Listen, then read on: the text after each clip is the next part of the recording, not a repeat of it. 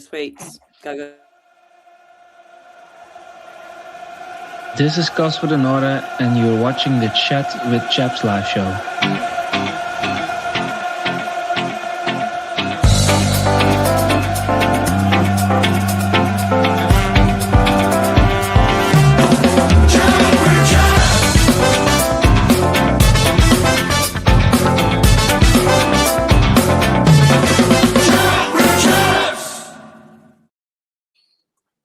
Good evening and welcome to the Chat with Chaps live show. I'm your host, Joe Zampa, and we've got an excellent, great show lined up for you this evening. And thank you very much for joining us tonight. So before we get started, as always, please like, share and subscribe to the channel. As you know, everything we do for this channel goes to Cancer Research UK. You can do your bit simply by liking the show and subscribing to the channel. So it really does help, and we really do appreciate your support. As you may see on the screen there, we've got Ben, who's joined us. He's not replacing Disco. Disco is going to be joining us shortly. He's just running a little bit late. I think he's still trying to work out his laptop and get his microphone working. But before I get Disco on, first up, it's the guy the face that runs the place. Sorry, it's Benjamin Green. How you doing, Ben? I'm all right, mate. Calling me Benjamin as well. I feel like I'm in trouble. I know. It's like your mum having a go at you, isn't it? Yeah, I know. But yeah, mate, I'm very Benjamin! good. Yeah, literally. Benjamin. Benjamin. I'm very good, mate. I'm very good. How are you? Yeah, good. Good to see you last night, seeing you, Disco and Jeff. Yeah, it was. We might as well tell everyone the little story now, because we're having a little joke about it. Me, Jeff and Disco got in the ground, looking around, obviously, as you do, and we're looking over, and I was like, that geezer over there looks exactly like Joe. That is it. That must be his double. Zoomed in, got my camera out, and I was like, that is Joe. That's why. And obviously then walked over and saw you, but you had a little laugh about that, mate. It's good to see you. Yeah, good seeing you guys, and great game, and we'll talk about in depth shortly. Sorry. Next up, it's the one, the only lovely Bex May. How you doing, Bex? You good? I'm good, thank you. I'm very well. It's great to be back and on after these winning games. So yeah, very happy. Lots of winnings. We love winnings. Yeah, exactly. No, it's just amazing. You couldn't make the journey last night, could you? Sadly, no. But I watched at least TV. Well, there you go. At least you didn't succumb to a 3 a.m. return home trip from Stoke. I tell you, it was an absolute nightmare. Those that went yesterday, you know what I mean. If you got detoured out onto the M1, there were 4 lanes going into one, and literally I was stuck there for about 45 minutes an hour. So it just added to the extra 3-hour journey. So by the time I got home, it was a nightmare. And of course, I got to get a cheeky McDonald's as well on the way back. So that adds a bit of time to it. But look, I'm not going to complain. We will talk about the game shortly. Let's go to the chat and let's see who we got with us this evening. So bear 1 second. First through the door, it's the friend of the show, Jeff Chandler. Jeff, hope you well, mate. How are you doing? Cole Bracey, evening. Alex MFC, hope you well, mate. John Thorpe, mate, unbelievable. £10 donation again. So kind of you, mate, as always. Thank you so much. Ola from Terravilla. It sounds like Spanish, doesn't it? Spanish, He's in Spain at the minute. He's in Spain. Yeah, all right. John, I hope you and your better half are well, mate. Thanks for the donation. Really kind. Gary Fox, good to see you. Andy Roberts, hope you're well, mate. Dave W, good for you to join us. Jeff, what a performance last night. Good to see you last night, Jeff. As in football, nothing was going on, but you know. Dave Turner, good to see you as well. Floki, good to see you. Hughesy, hope you're well, mate. Gary Price, good to see you. Tommy MFC, hope you're well. The family account. I'm glad you haven't had a more ruder sort of title on there, but good to see you, mate. Charlton, we're all Charlton fans tonight. Colin, good to see you. Connor, hope you're well, mate. Mark Murphy, good to see you. Born Free, Die Free, good to see you as well. Lee, good to see you. Bex is back. Evening, guys. Good to see you, mate. Colin, good to see you. Roger as well. Nick Sims is there. John Mart, hope you're well, mate. John, Matt Wright, and Clive Gregory. There you go. We've got through that very, very, very quickly. Yeah, as you say, guys, I think tonight while we're live, we're all going to be Charlton fans, didn't we? So Ipswich are playing away to Charlton, 7:45 kickoff. So we'll certainly cover the first half, and I think Ben and everyone in the chat will no doubt keep a track of scores. So if you see or hear anything, chuck it in the chat there in the comments for us, guys. But without further ado, let's get to the topics. Now, the first thing I want to talk about, guys, is there was a game on Saturday, weren't there, Bex? Yes. It was Mill against QPR. We've got to cover it off. It just seems like a distant memory now, but let's do it anyway. Millwall 2, QPR 0. What a great result, great performance. What did you make of our performance? Do you know what? It was a fantastic performance. I know, like, I saw you before the game, and like you said to me, "Oh, what do you reckon?" And I said to you, I really don't know. I was quite nervous about it. I felt quite on edge about the whole game, and I think we just then, obviously the game started, we went out and we just knocked it out of the park. Okay, QPR, they're a little bit up and down. They're a little bit bipolar at times, to be fair. But we just took it by the ball. Ball of the horns, horn of the balls. Was it whatever it called? That thing, that saying. The horn of the balls? Was it balls of horns? Something like that. And we just went for it. And I think horny balls, isn't it? Horny balls. Are you two all right? And we digress. So we went out and we got the points, and obviously the 2 goals that we got, it was really great to see Derek get onto the scorecard, and the impact that he truly made was brilliant. It was really great to see him back on the pitch, and obviously then Negley's goal, he's like knocking them in left, right, and centre at the minute. So yeah, to come away, the atmosphere was just electric on Saturday. So yeah, I was well happy. Very happy with the result, as I'm sure everybody else was. Absolutely. And Ben, coming to yourself next, we'll go on a QPR game. I've just seen Mummy Main just sneak in there. Yvonne, hope you're well. And Lee's in there as well. Good to see you, Lee, and Lions are waiting as well. Ben, what's your thoughts on the QPR result, on the performance? Yeah, mate, as you said, it seems like a very, very long time ago now, doesn't it? But yeah, listen, first 25 minutes, we were absolutely superb, weren't we? We absolutely just tore them apart. I think the only slight negative was that we were only 2-0 up. We should have been out of sight, really. We had so many half chances or better. We really should have been 4 or 5-0 up, game over, completely dead, going into the second half. But got the result that we needed. It was always a little bit of an iffy game, London derby. You just thought they're going to want to try and obviously stick the boot into us with our promotion charge, but they were not very good, really, were they? It didn't really offer anything, certainly in that first half, like I say, but I think that was more down to how well that we played. So yeah, excellent result. Delighted for Derek. I didn't think he had a performance like that in him at this stage, I've got to be honest. I know a lot of people did. I wasn't one of those people, but he was excellent. Great goal. I thought he bossed the midfield as well. So yeah, delighted for him. And my main man, Camille Negley, just absolutely delighted for him. Been saying it for months now. The only real thing that's been missing has been goal contributions. So I think everything else to his game is there now. And it's only just been about getting on the score sheet or getting more assists. And obviously in the last few weeks, he's done that. So yeah, delighted for him. Great finish, and just a very, very good performance. There was a few jitters in the second half, but I think that's just us being Millwall fans, right? Yeah. It did feel like damage was done in the first sort of 20 minutes or so, weren't it? The first half hour, we're all over. We got 2-0 up. I think their heads dropped. We kind of eased off a little bit and we just sort of saw the game out, you know. But wait a minute, can you hear that, guys? What?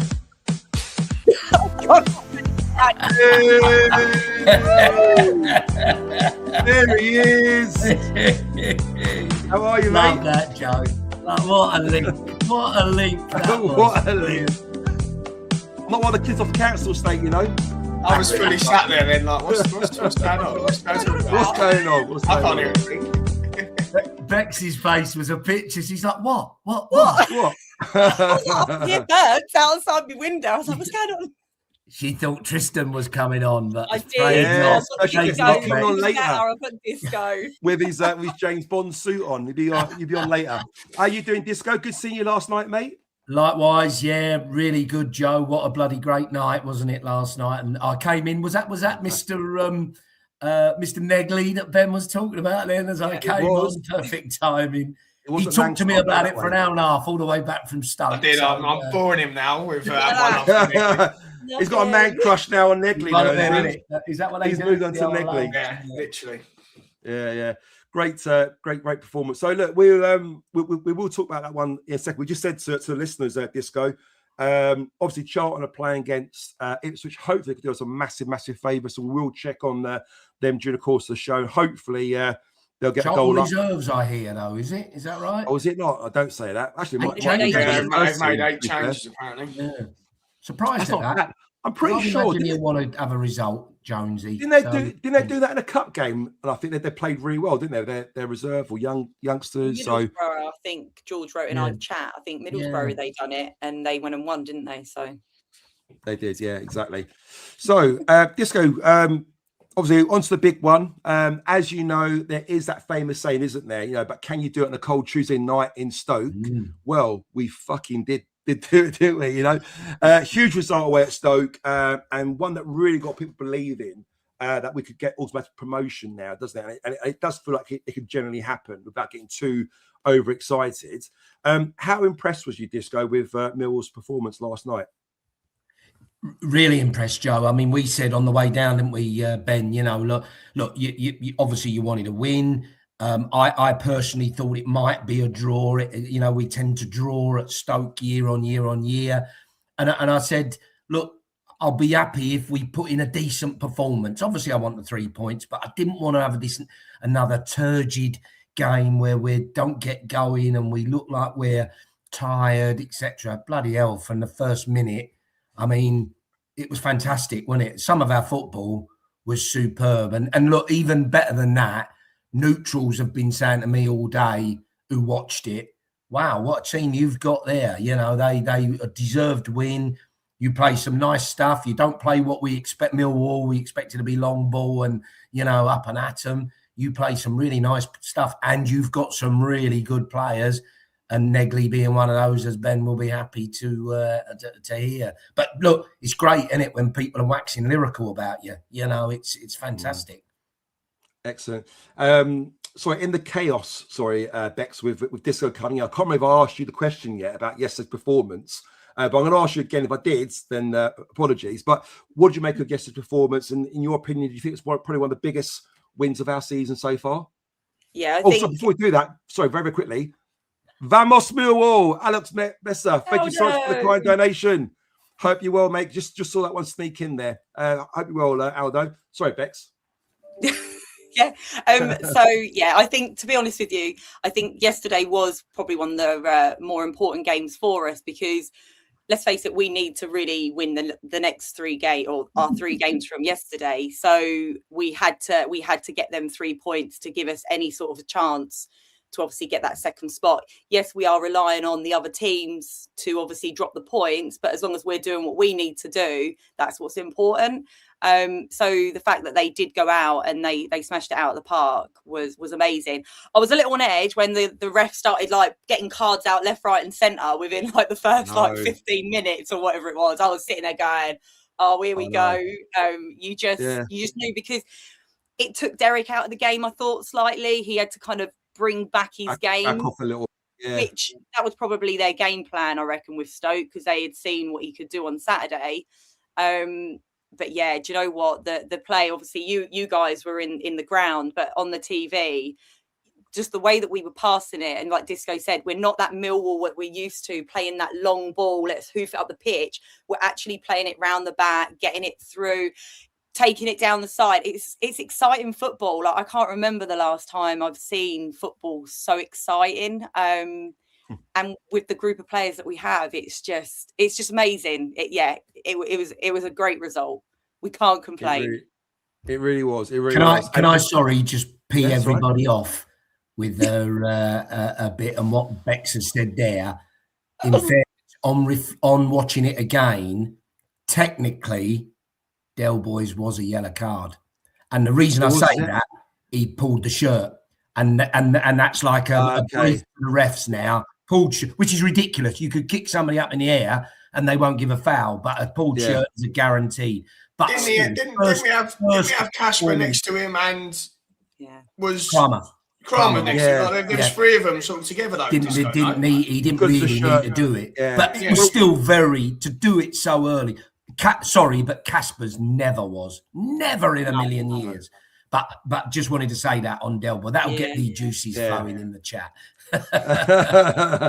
Cheers for that, Disco. And Ben, coming to yourself next, mate. I mean, with that performance yesterday, what does that tell you about our side? I mean, has it got the character and the bottle it takes for this sort of run-in, in your opinion?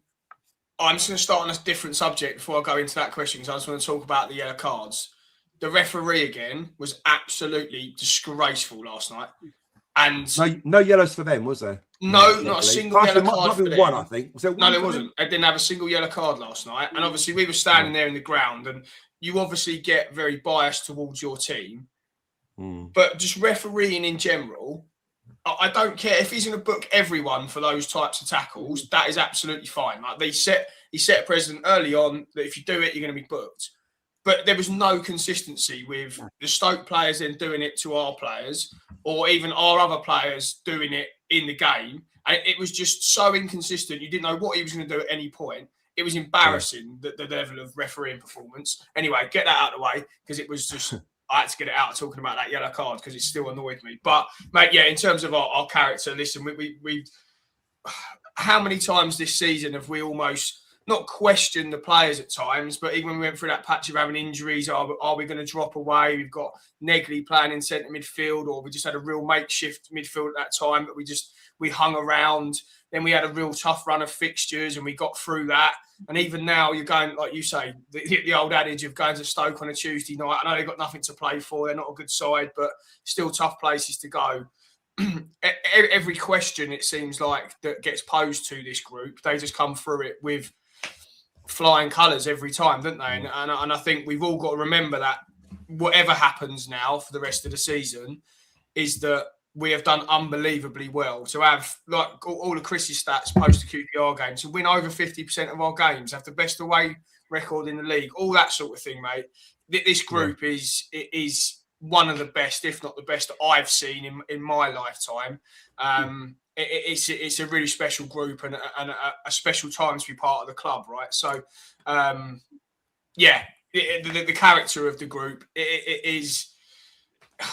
I don't know. I don't have to describe it, right? They talk about how good the group is as a collective, but the individual mentality of the players all the time, it's top level, isn't it? Yeah. Can I just say, I think it's like one of the first time I've heard Ben kind of a little bit speechless on what to say. Yeah, I didn't know how to. I didn't know how to describe it. I thought he was getting a bit emotional. I thought he might start crying. I know. I was going to send Disco round and go give him a bit of a cuddle. Wait till we get promoted. Watch him blood then. Oh, God, can you imagine that? And to your point as well, mate, that result, I think it's the best result we had away at Stoke. We'd never beaten them by 2 clear goals. I think we've won like 1-2-1 and 3-2s, but not actually by 2 clear goals. It just shows you what. And again, mate, it should have been more with the chances that we had in the first half. So, listen, it was again, you look at an away performance in the Championship, almost perfect. Yeah, absolutely. And again, just to echo what you said regarding the players and the togetherness and the team spirit they've got there, it's incredible. And we're led to believe that they're going to be up there now, north, up until Friday. So they're staying overnight for a couple of days. I saw some pictures. I think it's Luke Cundall put on Instagram. Yeah, all the boys in the swimming pool, and so you can imagine it's like a little holiday for them at the moment. They get on really well. I can't remember which player mentioned it, but he talked about how good they all get on well with each other. And this is just going to increase that and help that, that kind of team spirit, I was going to say, Alex Neil spoke about in his post-match and said about obviously staying up and saying that it was obviously the travelling backwards and forwards, but also how as a team they need that time together to have that wind down and be there. And I think, when I heard that, I thought actually, 100%, like take it, embrace it. Well, that's it. Off that the high and the buzz of that result, last you want to do going home and see the missus. No offense, Bex, but you don't want to go back to the wife, do you? And have a big come down. So, I think they've done the right thing. They did the right thing, Yeah, but let's move. They're probably having a whale of a time. They probably are. They probably are. But as always, let's break down properly and go through the team because there were some big performances over the pitch. Bex, we'll start with yourself first this time. So we'll go through the starting 11 and we'll touch on the subs. Let's try and go through it fairly quickly if we can. First of all, goalkeeper Patterson looked fairly comfortable, in my opinion. I don't know what your thoughts were on his performance yesterday. Yeah, no, I think, he was comfortable. Obviously, they tested him quite early on, I think through the mistake of somebody. Can't remember who. But yeah, he was tested really early on. And then a couple of times through the game. Look, I was really dubious about him obviously coming in, because I was very Max, yes, keep him in. But actually, I can see what you've all been saying, especially yourself, Disco, because I know you were really quite big on obviously him coming in. And actually, do you know what? I kind of hope that in the window that we'll get an opportunity to actually buy him and keep him. I've enjoyed watching him. So yeah, brilliant. Good game.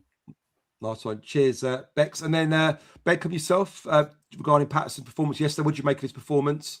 Standard Pato performance, made a couple of good saves when he was called upon. I am with Disco now, though. I am a little bit nervy with him coming in and collecting crosses.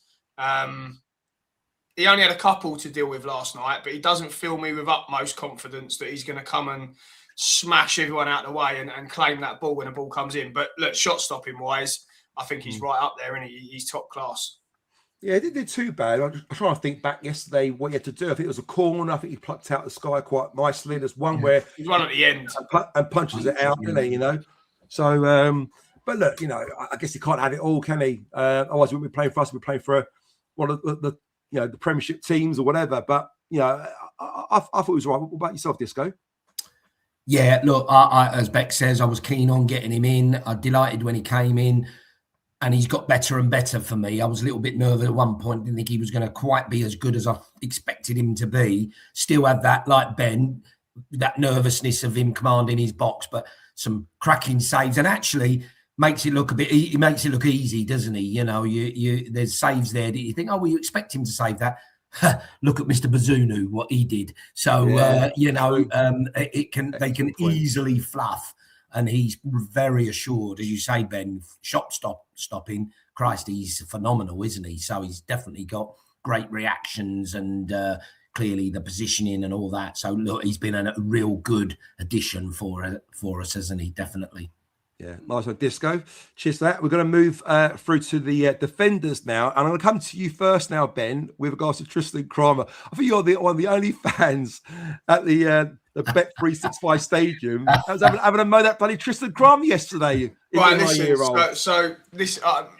I get this all the time because I drive my dad mad with this, right? And I go from my usual self. Lucky Beck's work now, I tell you, Bex. I'll be on the phone to Beck soon, don't worry. And listen, I'll go like this with him. Listen, he's a fantastic defender. He's a fantastic athlete. But my frustration with him, and I understand he's a centre-half playing at right back, so he's probably never been in these positions in his life. He makes the wrong decision every single time in the final third. And that's where I get frustrated with him because we get in great positions. Him and Femi have clearly got a very, very good relationship, but his decision-making is shocking in the final third. And listen, and that's me holding him to very, very high standards. Defensively, again, second to none, superb defender, superb athlete.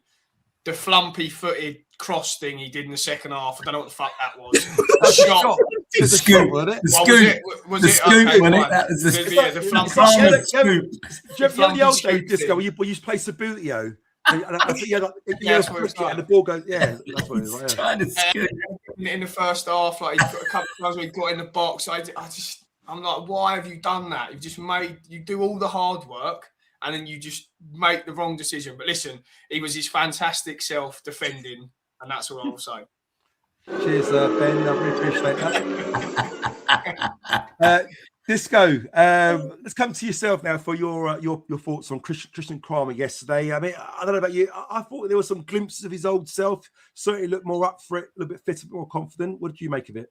Much better than he's been in recent weeks. And as you rightly say, definitely back to his old self.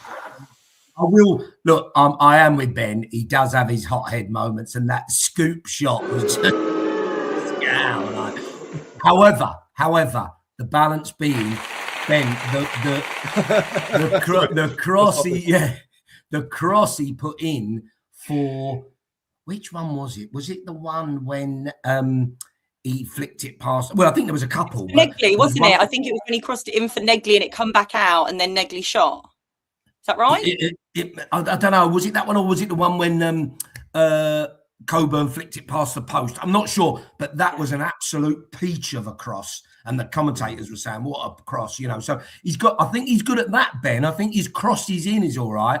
I think the minute he's in the box and he's got to do something himself. Remember when he got put in by Casper and he tried to step round and he just sort of tripped over himself. But look, the balance is, he's a centre half. I get it. He's a centre half playing. I get it. I'm being fair with him on that, but I'm just saying. I did say that yesterday, didn't I, Ben? I did say yeah, listen, I'm not. I know that, but I hold him to very high standards, like we all do.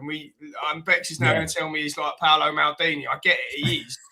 But I tell you what he's like. He's like a centre forward that when he gets through and goal and doesn't have to think about it, he will make the right decision. When he has to think about it, he will make the wrong decision.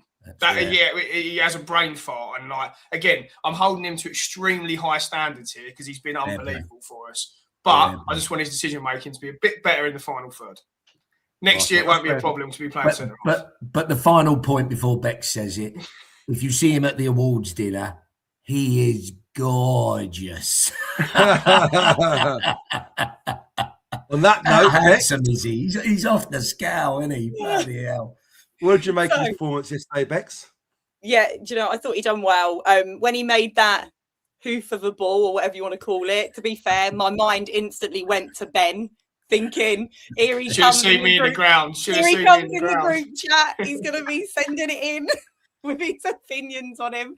But yeah, do you know, I think these last couple of games, we have started to see that Tristan that we saw back at the beginning when he started playing that right back. I enjoy watching him. Look, I admit, he makes some mistakes. He doesn't make some of the best decisions, but you can see that he does actually beat himself up about it.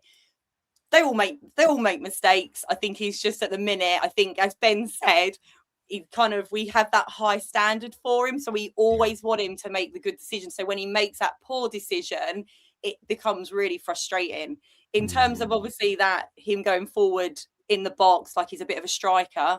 He did start off his career as a striker, so maybe he's getting that flair of like, maybe that's where I need to go again.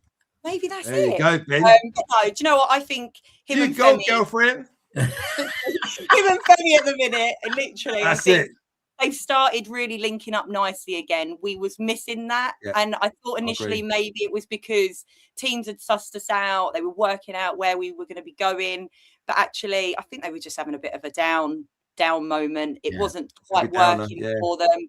They found that spark again. Look, I could go on all day about Tristan, so let's just we ain't got about an hour left of the show, but so we've got to move on, unfortunately. Well. Joe, look, Callum spotted this. Just to confirm that I was moaning, Callum's just falling out me as well. There you go, Callum. So it wasn't just me that. He was having a moan. Every time it happened, poor old Disco was getting an earful. I know. But Disco, just on that, Joe, wasn't it a great atmosphere in there? Not just the singing and the atmosphere. There was a real great bunch around us, wasn't it? Everybody was right, real great absolutely. Fan base there. Sort of vibe, weren't it? Absolutely. Callum Taylor, Disco, it's like yourself this time. What did you make of his performance? Yeah, look, solid again. He's just fantastic, isn't he? And not particularly stand out, but everything he had to do, he did well. If we did get caught a little bit on the transition, as is the key word these days, he's very good at getting back, isn't he? And getting back goal side as quickly as possible and putting the striker off. So very dominant in the air as well. I want to see him a bit more dominant from the corners. I have to say their corners were top notch, weren't they, yesterday? If we could just match that, we would have another. It was what's his face, isn't it? Who's also in the Zorba Thomas. He's bloody good. Some great deliveries in, doesn't he? Absolutely. But good. Caleb, very good. Yeah, nice one. Cheers, that Disco. Bex, come to yourself next. What do you make of Taylor's performance yesterday? Yeah, I think he done what we needed him to do. I think he was really unfortunate, obviously, with the deflection on that goal. But yeah, I really enjoyed watching him. To be fair, yeah, he done what he done. He was there. Yeah, Joe, I'll leave it as that because there isn't really much more to say. To be honest with you, he had a good game. No problem. Yeah, I mean that's all to say. He done his job as a defender. You know, comfortable. Ben, how about yourself, mate? I'm bored of talking about Caleb Taylor. He's just his top quality self in every game. Poor Caleb Taylor, eh? He's not getting the plaudits from you guys. What's going on, eh? Hey, listen, he's top drawer, and and that's the biggest compliment I don't want to talk about. There's nothing to say. He's just solid 7, 8, 9 out of 10 every week. Does what you ask him to do. Again, I think Chris said last night that Stoke had about £8 million worth of centre forward that he had to mark, and you wouldn't have known that, would you? He just completely bossed them. He seems like he relishes a physical battle as well, and I love that about him. I like that. What's interesting is that he didn't have that when he first started playing for us. I think even he's got a real physicality about him, hasn't he? He's definitely got a little bit more physical, and it seems like he enjoys the contest, and he loves the contact side of it. He's a rock. I mean, how on earth he couldn't get into our team at the start of the season? It's beyond me. You think about how good he is, and I couldn't. He was number 4 according to you. Carlin Grant was number 2. Well, I think Bex actually had Carmel Grant in her. I did, yeah. When I done my thing, to be fair, I did put him in because I was very much. I hadn't really seen much of him, and just. Why was he sitting on the bench? Why are we not playing him? So I was like, actually, So I'll put my hands up and say, I did put him there. Yeah, but what a signing, what a player! And God, I'm sure West Brom would love to have him back now, wouldn't they? If they could. Ooh, so well done, Caleb Taylor. Beck, start with yourself this time. Jake Cooper, super Jake Cooper. Last night, if you were there. They were singing in a Neil Harris sort of way of singing it. They were singing Super Jake Cooper. Just lovely. It takes him 9 years, Disco, and they finally fucking create a song for him, bless him, you know. Only once, only once won it as well. Only once. Yeah, I mean, yeah, exactly. So Bex is so much shock. She's disappeared. Disco, start with yourself then. Let's go to you. So you're next, aren't you, Ben? Let's go with you yourself, Ben. My answer is going to be exactly the same for Coops as it was for Taylor. What do you say about him? The man's he is a legend. I say it all the time. I've got so much love for the guy. He's now finally getting a little bit of appreciation. As Disco said, I'm disappointed. It was only one song that we sang about him last night, and it was after he smashed the centre forward when they were sort of half on that breakaway. But that's right, listen, he's just... he is a legend in my eyes. Anything again that happens this year, whether it's through the playoffs, I want to see him walking up those steps, or if it's next year, I want to see him have at least a game. Do I think he's Premier League standards? He might struggle, but listen, he is a legend. Give it a go. It might surprise us all. You know? Yeah, what servant he is, and I say, you know, we're going to get every week with Coops, don't you? We rule him out all the time, and we have probably done every season going, he's getting a little bit, but he's just. Yeah. Dependable, solid, as good a defender as anyone. You know what it is, Ben? You know what it is with Jake? I think in the past, when we play that 5 at the back or 3 at the back, what you want to call it, and we have to kind of stretch Jake Cooper and try and cover those channels, that's where I think he struggles a little bit. And, it's not his strengths. But you put him in a narrow back 4 where he's there to kind of clear everything, head everything, marshal defence, play the ball out of defence. He's top notch for me. I think. I think that's been a bit harsh as well. So even last night, he was back to his getting on the ball and getting it into midfield and making those passes, which we know he can do. So I think his passing is actually underrated. It is underrated. You're right. Definitely. Bex, going back to yourself again. Sorry, Juicy Jake Cooper. I know my main's in the chat. I'm sure she's getting excited at this point. And you, Yvonne. I thought he had a really good game. At one point I thought, God, he's really quiet, but I think it was just because he was there and he was just getting on with the game and he was putting in the tackles when we needed him, and as Ben was saying, like getting forward and actually passing the ball. I really enjoyed watching him last night. He is a legend, isn't he? Let's face it, he's a legend, and I think if he does get that opportunity to play in the Premiership, I think that will kind of be the icing on the cake for him. To be fair, 10 years service as well, wouldn't it, next year? But he's so under the radar at times for me, but exciting when he does kind of get up and go.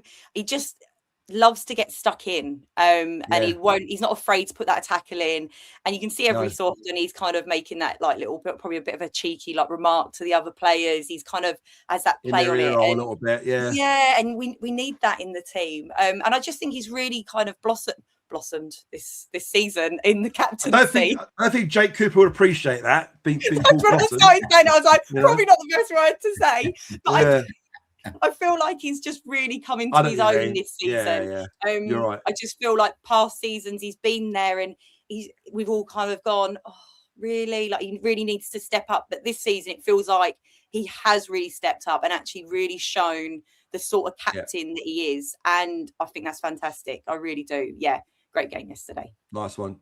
Cheers, Bex. And then Disco, Super Jake Cooper. Yeah, listen, first time I've ever sung his name at a game, and it was brilliant, you know, and he deserved it. Really great comment there from Flocky in the comments there. Coops never goes missing.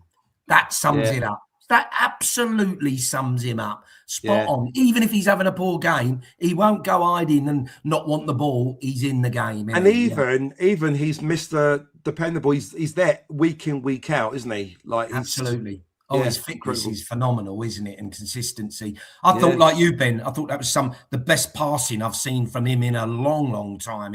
And looked so confident. We all did. That was one of the standout things. The team looked really confident with the ball and without the ball, you know. So it's really encouraging. But no, Jake, solid as a rock. Brilliant performance. Can I just say as well, like you said about the passing, you think with Jake as well, he would have really had to have adapted his play this last couple of years under Alex Neil, because he would have had years of doing that, get the ball, kick it up the field. And he's really probably had to really retrain his brain and his game to kind of actually relearn it. So actually hats off to him, really, I'd say. However, are we having the mullet? Oh, I love the mullet. I would have one personally, but I think it's suit. He can do whatever he wants. He can do whatever he wants. Yeah, love it. I prefer Ryan Leonard's hair, though. To be fair, if we're talking about hair, he looks so different. This is not a fashion hair show now. Let's get back to Mill. Let's get back to more important matters. So, Ben, I think you're to start this time.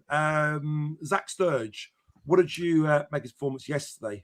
I was just looking at Flash scores, and they've given him a 6.2, which must be one of the harshest ratings I've ever seen. Really? I thought he looked good. He was strong. He was aggressive. That's right. The old 50-50s. He was winning, weren't he? And I'm amazed by that. I thought he had a very, very solid game. We always talk about Sturge, don't we? And he's a young wing back playing the Championship, getting the most game time he's ever had in his career. He's going to be in and out. But I thought he was one of his better games again last night. They're a big physical side, Stoke. Yeah. Certainly in the wide areas, Zorba Thomas, and I can't remember the other fella, but they're a big side. I thought he handled their threat really well. Going forward, he was good. Did a lot of there was a lot of good link-up play down the left-hand side, and say getting forward. And I thought defensively he was solid. Even when he got caught out, he tracked back really well. I thought he had a really good game. So when I saw that rating, I was really, really surprised. Yeah, no, I agree with you. Disco, Zach Sturge, what did you make of his performance yesterday? Honestly, first half, I thought he was excellent. And the real standout for me, again, was like Ben's mentioned. His upper body strength was fantastic. I'm sick of seeing our players getting bullied. Being bullied or knocked off. But again, last night, he particularly, but a lot of them as well, were really strong on the ball and easing their players off the ball, which is great to see. And he was very dominant in that sense. Did fade a little bit, which is fine. You know, he had probably his worst. He got done, didn't he, on the out on the wing, and then he got subbed after that. So he was obviously tired or blowing out of his backside, whatever. And then they brought Danny on. But other than that, he was really solid throughout the game. Yeah, very good. Yeah, and also played a big part, Bex, didn't he, in the goal for Camille? Obviously, it was his delivery, his ball in the box where it fell to Camille. What did you make of his performance yesterday? Yeah, I think he was really strong. I think we started to doubt him a little bit at one point, didn't we? All kind of thinking, oh, is he really going to be fitting in the back? But actually, he's really proved that he does own that back spot. Yeah, I think he's really strong. Like, yes, he did kind of like tail off a bit at the end, but as Ben said, this is the most he's ever played at this level as well. So it's going to be tough, I think, for these younger players. 21, yes, they are 21 years of age, I think, from memory. 21, isn't he? So yes, he's a baby. I get they are professional players and this is their job, but actually at such a young age to have this sort of game time at this level, he's still going to have that improvement that's going to need to be made. And it is really nice to see him linking up and getting around the pitch a little bit more. What I found quite exciting about a lot of our players is actually how much they have switched up their positions in the game as well. I don't know if anyone else has noticed that. Kind of you see players where you wouldn't necessarily kind of feel that they're meant to be. Like the defenders have been up front quite a bit and kind of then I just think that they've just been a superb team. But yeah, Zach, I really enjoy watching him. He's only going to improve, let's face it, and it's going to be one of these that who knows if we'll keep him in the future. So fingers crossed. Definitely. Disco, start with yourself this time. Masu Saka, aka Del Boy, aka the Peckham Pogba. What did you make of his performance yesterday? What a revelation, the guy. Absolutely. Yeah. I mean, he come on, didn't he? Burst on the scene early and really out of need rather than, I don't think it was the plan to get him in the first team as early as he did. And he did very well to start with. He then got the injury. Then he struggled to get back into it, hasn't he? He's been very much a bit part. Had that little bit at West Brom where he showed glimpses. And luckily, Alex thought, I like what I see here. And then he's just had two great performances off the back, breaking up play, getting involved decent on the ball. To have got that booking in the 4th minute, I know, and to play his role at his age, is phenomenal. You can't, give him enough credit from that. Coming very deep for the ball as well, wasn't he? And maybe that was what gave everybody a bit of confidence because he looks a bit more comfortable on the ball, doesn't he? Yeah. So what Mill will do with their midfielders, it's numbers, isn't it? So number 6 is a deep line, centre back, defensive midfielder. You've got number 8 that kind of does the box to box, more of the attacking. You've got the number 10 a bit more further up. So he seems to be playing in the number 6 now. So it's a more defensive role, and you've seen that a few times yesterday, didn't you, Disco? Where Cooper and Taylor go wide. And then Del Boy just come in, and he's so calm on the ball, isn't he? Yeah. Like the ball just sticks to his foot. He's very, very composed. Got great balance on there. His awareness is good. His passing is good, and really, really good. And it also allows Casper to roam a bit more across the midfield, doesn't it? So it does work really well. Yeah, Bex, really good. Cheers, that Disco. Bex, what did you make of Del Boy's performance yesterday?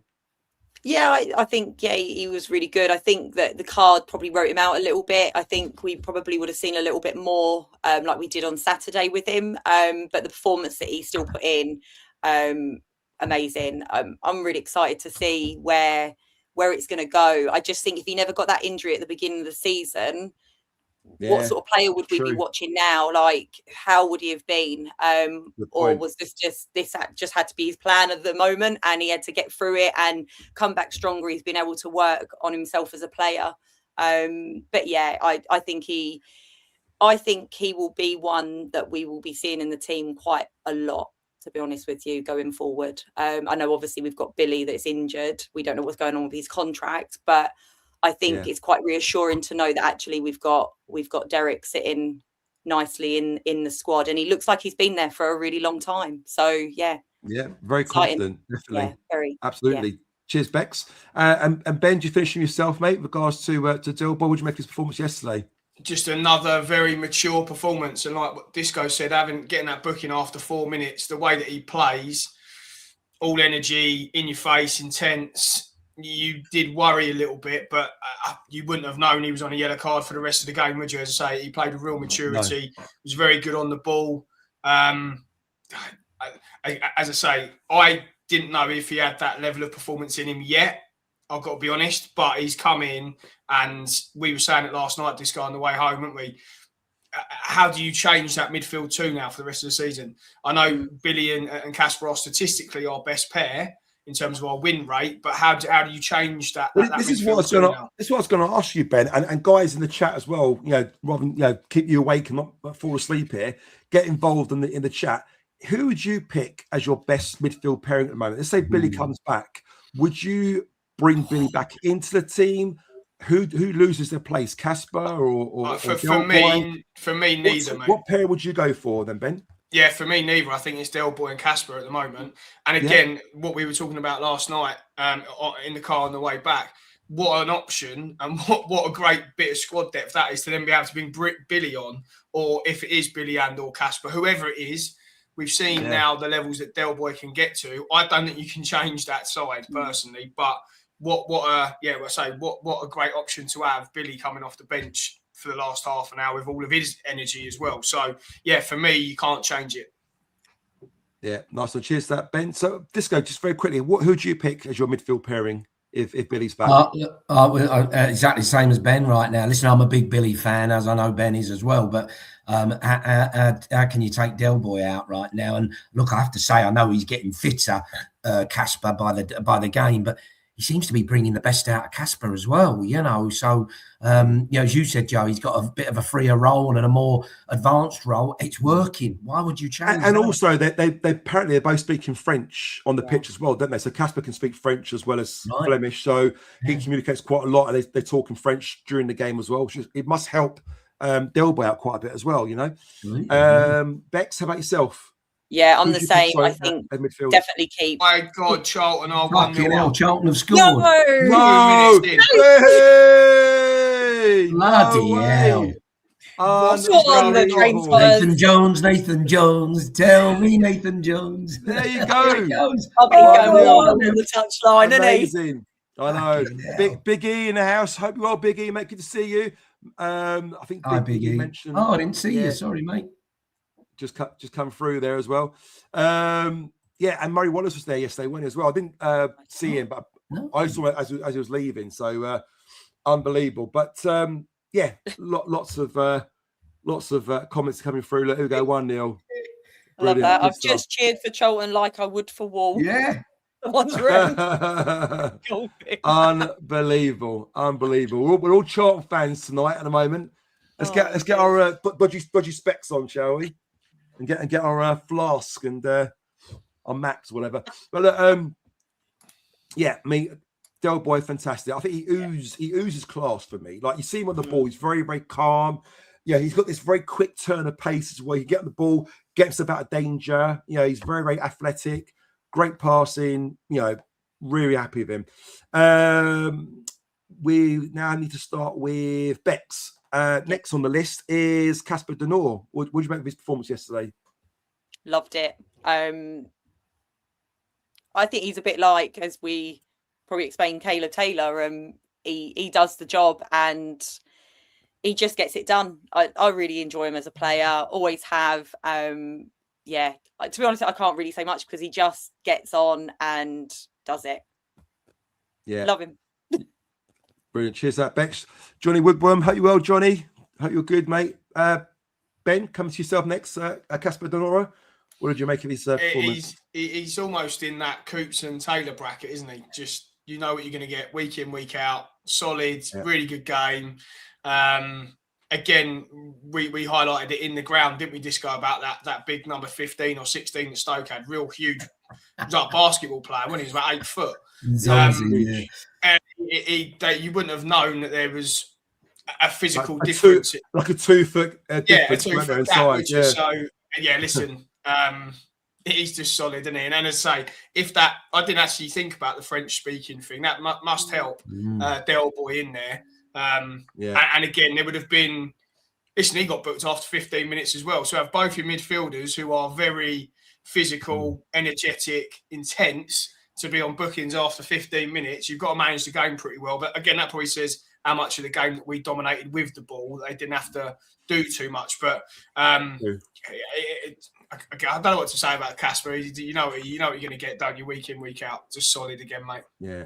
Nice one. Cheers, Ben. And then Disco, just come to yourself with regards to Casper. He looks like he's getting fitter and fitter, doesn't he? I mean, they manage his minutes really well. In the old days, Yeah. they'll make him do 90 minutes after injury, and then often breaks down again. But this time they kind of done 60, and then it's like 17 minutes. I think he did 80, did he, yesterday, from memory? Yeah. They're building him slowly, easing him back in again. I think it's paying off, isn't it?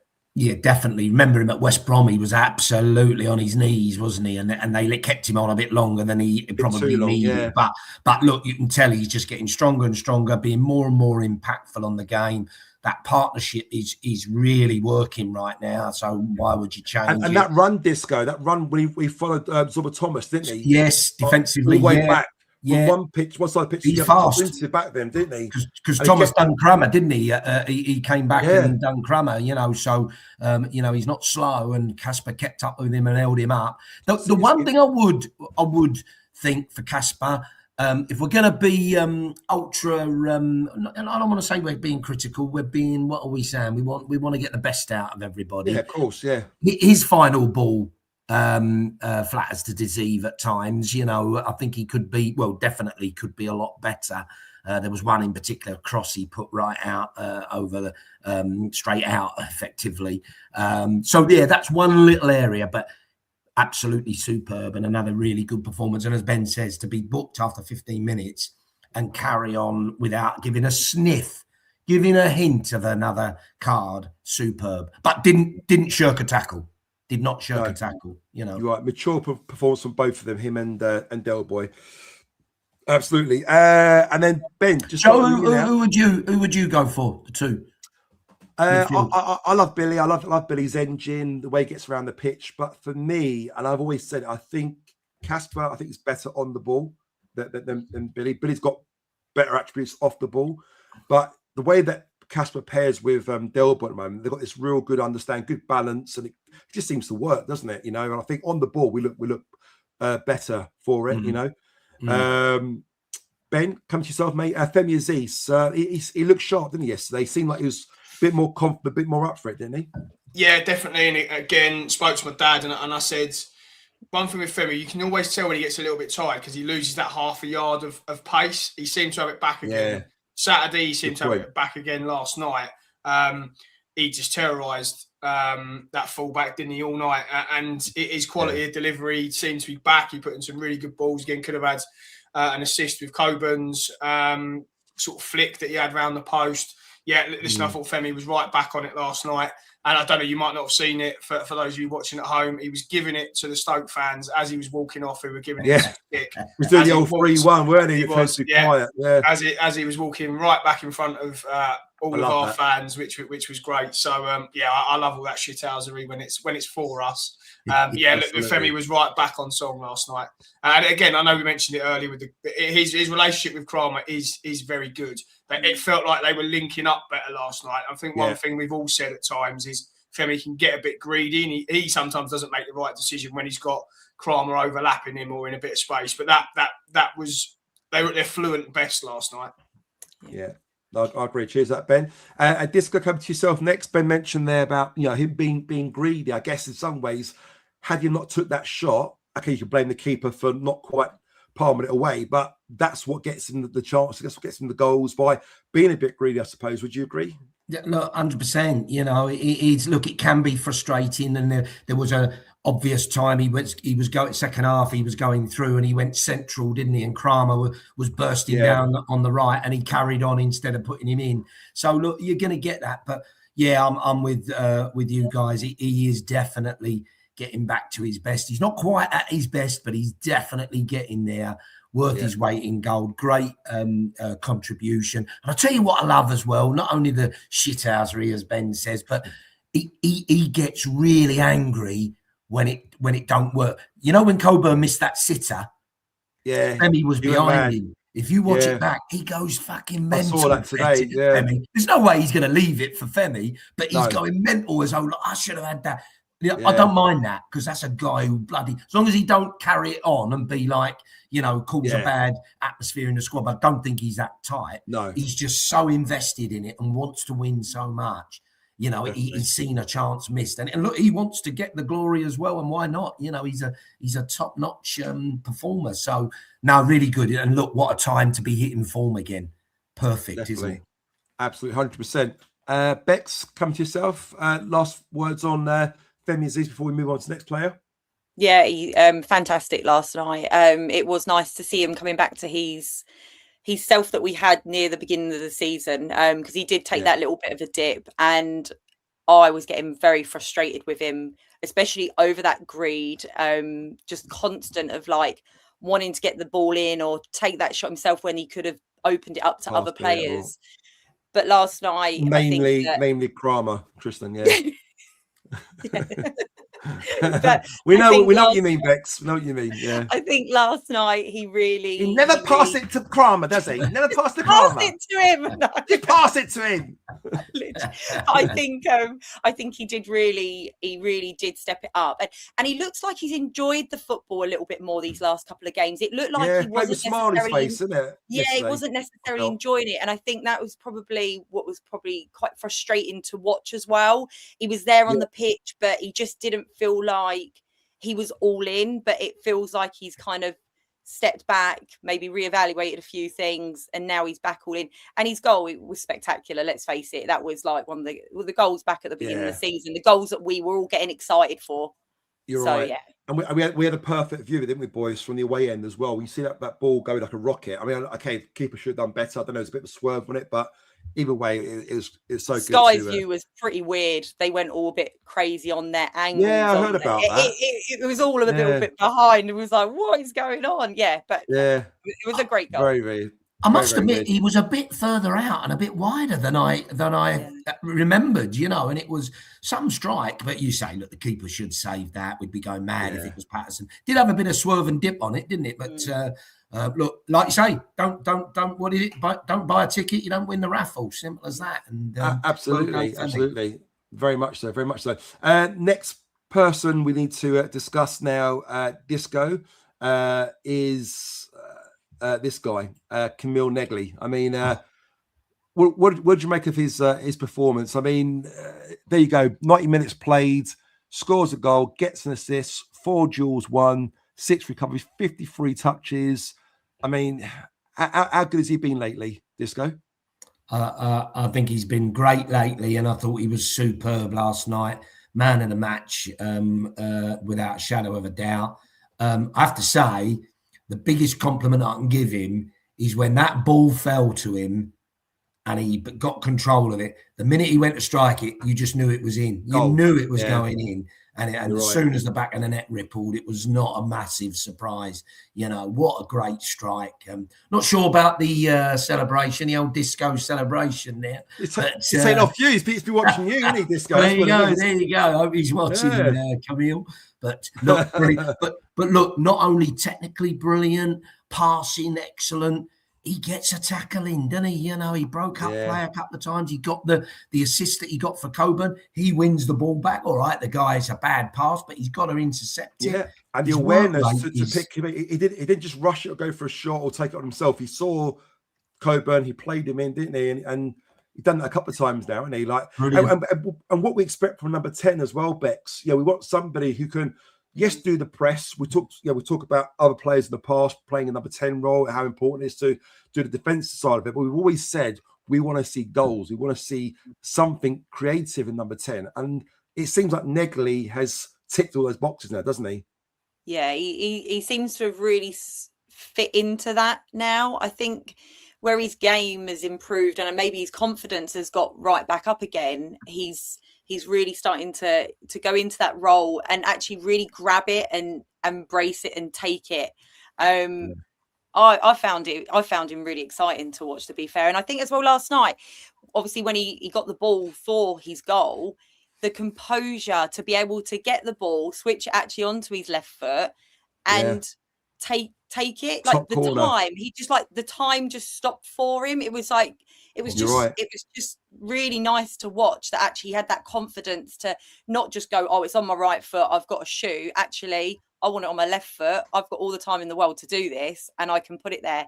And to put it up where he did, I just think yes, we all turned around and started slagging him off back at the beginning of the season, and he's probably all laughing at us now, going, "This is what I can do." And I think it's great to see what he is, and the fact that he's found, I think, maybe a position that suits him as well. He's been all over the place. Let's face it, he's been trialing all the positions recently, so it's nice to actually see him slot into that and embrace it and make that position his own. Absolutely. Yeah. And sorry to butt in, but on that proving us wrong, yeah.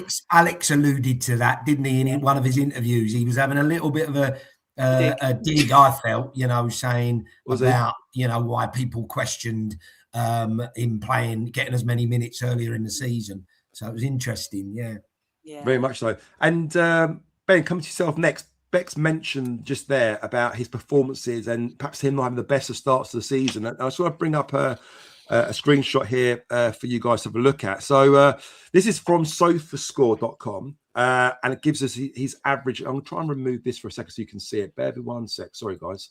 Where are we? So this is his average. So from the start of the season, you can argue, so August, September, 6.7, 6.5. There was a 6.3 around, November time. He was averaging 6.3.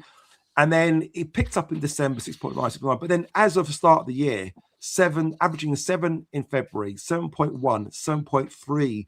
He just seems to be getting better and better and better, doesn't he, Ben? What do you put that down to?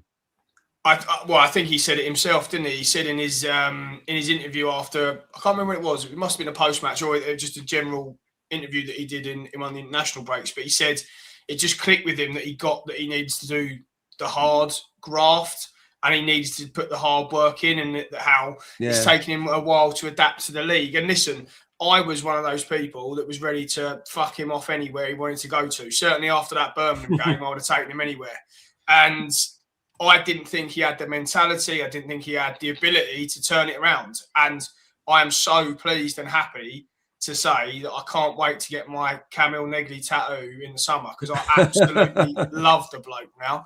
I can't believe the transformation in him. And people in the comments will say, "Oh, we all knew he had the ability." Listen, he pretty much, like we said again on the way home last night, Disco, he got booed off one game. Yeah. And there was a lot of people. I wasn't doing the booing, might I add, but I know what you mean. But there was a lot of people getting very frustrated with him very, very quickly, and he was putting in some very, very average and turgid performances. So, listen, the biggest compliment that I can give him, as we all know, I am a very hard man to please, is that he is now by far and away my favourite player, and the amount of quality that he's got is just. He just oozes it. That first touch for the goal last night, I cannot tell you how hard that is. And it is perfect, inch perfect. If that is half a stride heavier or under hit, he doesn't get that shot away. It is absolutely perfection, that first touch. So listen, full credit to him, completely turned it around. And someone said it in the chat a second ago, he is going to go for big, big, big money, because his versatility now, where can he not play? I think the only position he hasn't played this year is in goal, isn't it? So he's just, listen, keep it up, Camille. Whatever's changed in your head, fair play, because you're absolutely flying, mate. Brilliant. Listen, one for the chat, Joe. How much? Yep. How much now? What's the worth? Like I said last night, 250 million. How much? Hang on, has Angelo just tuned in here? What's going on? We're not asking the chat what we would sell him for. What do we think he's actually worth? So guys, yes. That's even more. 500 then. Put it in the chat. I know we've got to move on, guys, and we've got to other players, but I just want to give Camille credit where credit's due. So just want to ask you, I mean, do you feel, Bex, that he's becoming probably one of the most important players in this team? And he's certainly playing most minutes at the moment, him and Jake. I think he's really valuable to the squad. I think if we took him out, I think we would feel that difference with him not being there. Like we've seen it before when we've taken players out and gone, oh my God, you really feel it when they're not there. I think he would really be one of them that you would really miss not being on the pitch. So hopefully we will see him for the rest of the season. Let's not jinx it or anything. Of course, yeah. But I think his value, and as Ben said, like that versatility that he has, the fact that he can step in if we do get other injuries, we know that he can kind of slot into other positions. So yeah, I like him. I think he's enjoyable. And like Ben, I was one of them people again that you just wanted him to get off the pitch and leave, to be honest with you, at one point. Very much so. And it takes a lot on that. And I don't want to keep labouring the point, but the change in mentality, whatever has switched for him, it takes a hell of a lot, because it would have been easy for him to curl up in a ball, go, actually, I don't fancy this over in the Championship. I'll go back to Holland, playing an easier league, more technical league where it suits me. So honestly, I can't rate that highly enough. He's just, whatever has happened, whoever's got in his ear, it's just been phenomenal, the turnaround. Absolutely. And Disco, Tommy mentioned here, look, 23 years of age. He's only a baby himself, and to do what he's doing in the Championship at the moment, becoming such a big player. And Solar Builder mentioned here the position he's been playing in this season. It's truly remarkable there, really, when you think about it, for such a young player and someone who probably wasn't quite cutting at the beginning of the season. It's certainly made a claim for being right up there as one of our best players, isn't he? Absolutely. Look, again, that's a great point from Ben there. That mindset, that mentality, and with the greatest respect, especially from a continental player, we always have this view, don't we, that Johnny Foreigner, hasn't got the metal for the English league and what have you. He's had a look at himself and thought, no, well, look, I'm going to have to adapt here. I'm going to have to change. I'm going to have to do something different. And look, he's been brilliant. Now, Alex alluded to he'd seen it all season in training. Maybe, and look, I'm sure he did, but you've got to do it on the pitch, ain't you? And I will maintain, fans are not thick, we might not see it as in detail as the managers and coaches, but you can see if a player's doing it or not. And like you say, Ben, he wasn't doing it early doors. I rated him better last year. I thought he was going to be a prospect, and then he just seemed to go off the boil. But for him to turn it around, and especially after that booing episode, that could have destroyed him. And to come back from that and do what he's doing now is phenomenal. And who's the beneficiary? Us big time and him big time, because as people are saying, his stock is going up and up and up, and he's going to be worth a lot of money to us. And look at our squad now. How much is our squad worth? Could do a show about that, Joe, one day. Maybe. I know. Well, we could probably do a whole show on Negley at this rate at the moment, but we ain't got time for that, unfortunately. We've got to move on. So let's crack on. So who's going first next now? I can't remember who it is. Is it yourself, Bex? Bex, I think. Yeah. Yeah, Bex. Next on the list is Thierry Balo. What did you make of Balo's performance? He seems to be getting a little bit stronger with every game. Do you find? Yeah. I think he's getting stronger, but he is still kind of dipping off slightly. I'd like to see him maintain the level throughout the game. But again, let's face it, he's not been playing much, has he? So he's getting back into that swing, I'd say. But I think it is really nice to see him back in the pitch and back in the team, back on the pitch, with the players, and being able to link up with the likes of Zach Sturge like we did like we saw at the beginning of the season.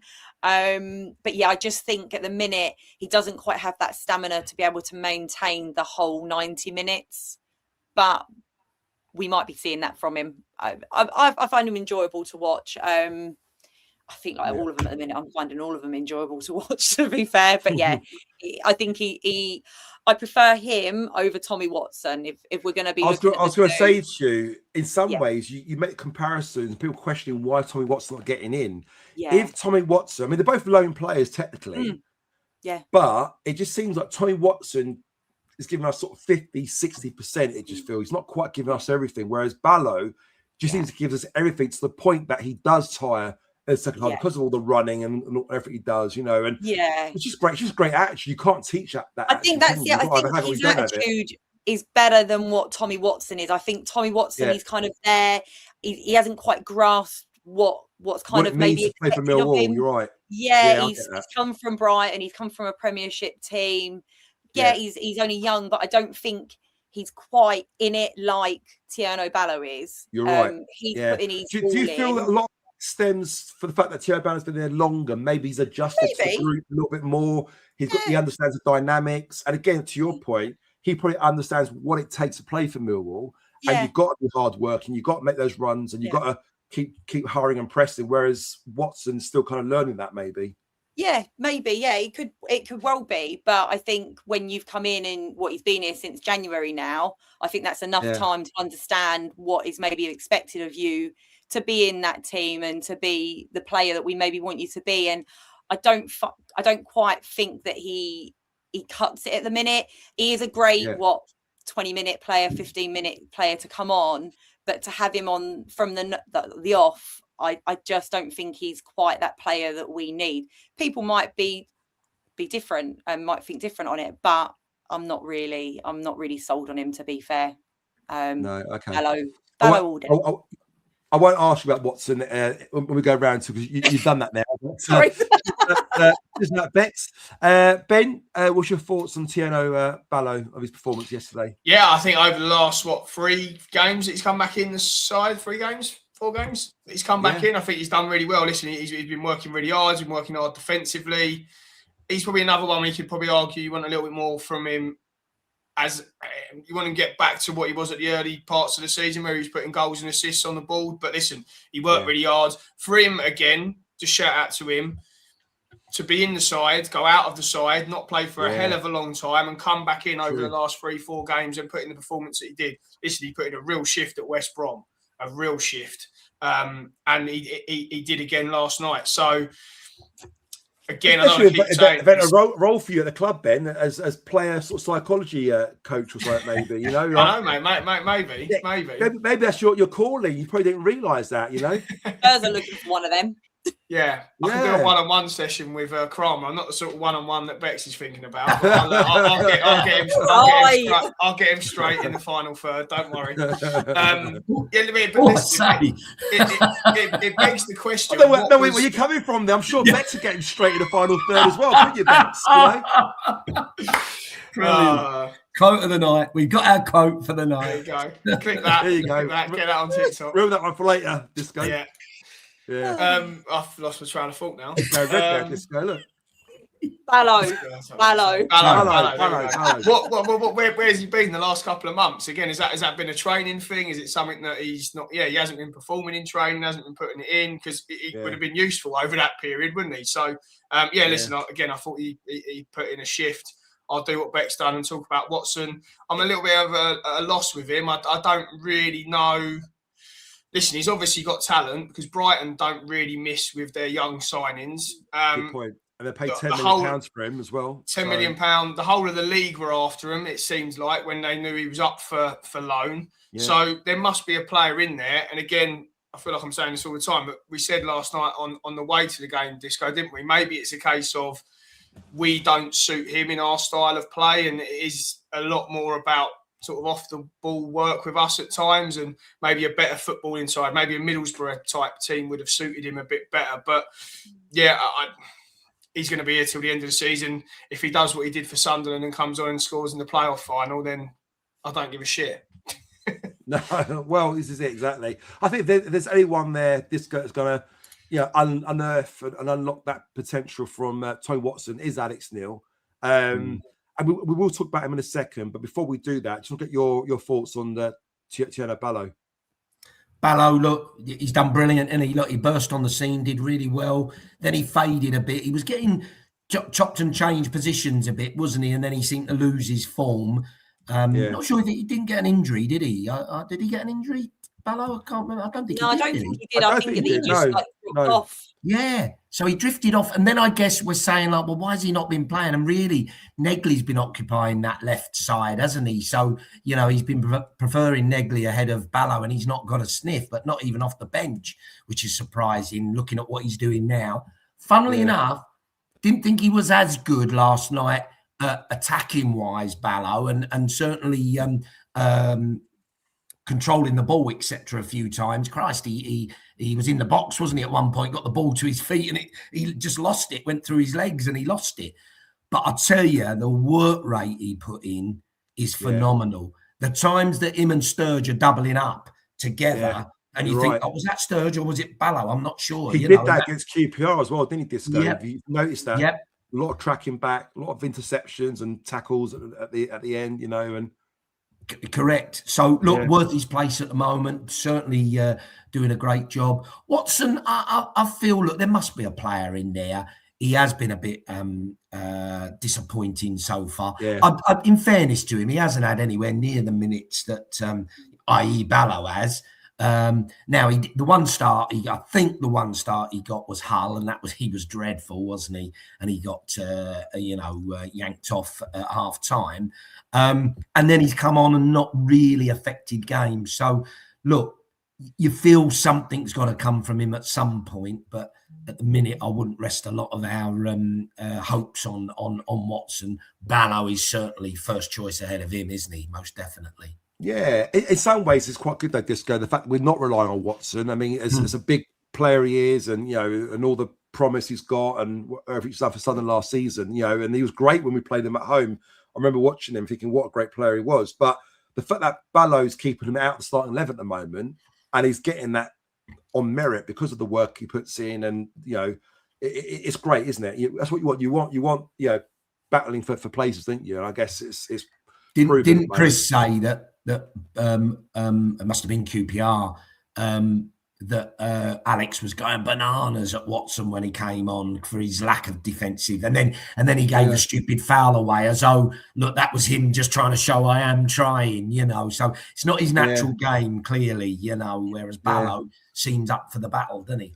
And Yvonne just mentions here as well that a Brighton fan has told that apparently Watson is a bit lazy, and you can see that in him a little bit, I think especially when the fact is coming on for someone like Balo, and you see the difference. But like when Ivanovic comes on for Coburn, suddenly you see a lack of aggression, you see a lack of aerial ability, or whatever it might want to call it. I think when he comes on for Balo, suddenly you just see a very different type of player. And I think if Toy Watson can add that to his game, he's got all the attributes to do well on the ball.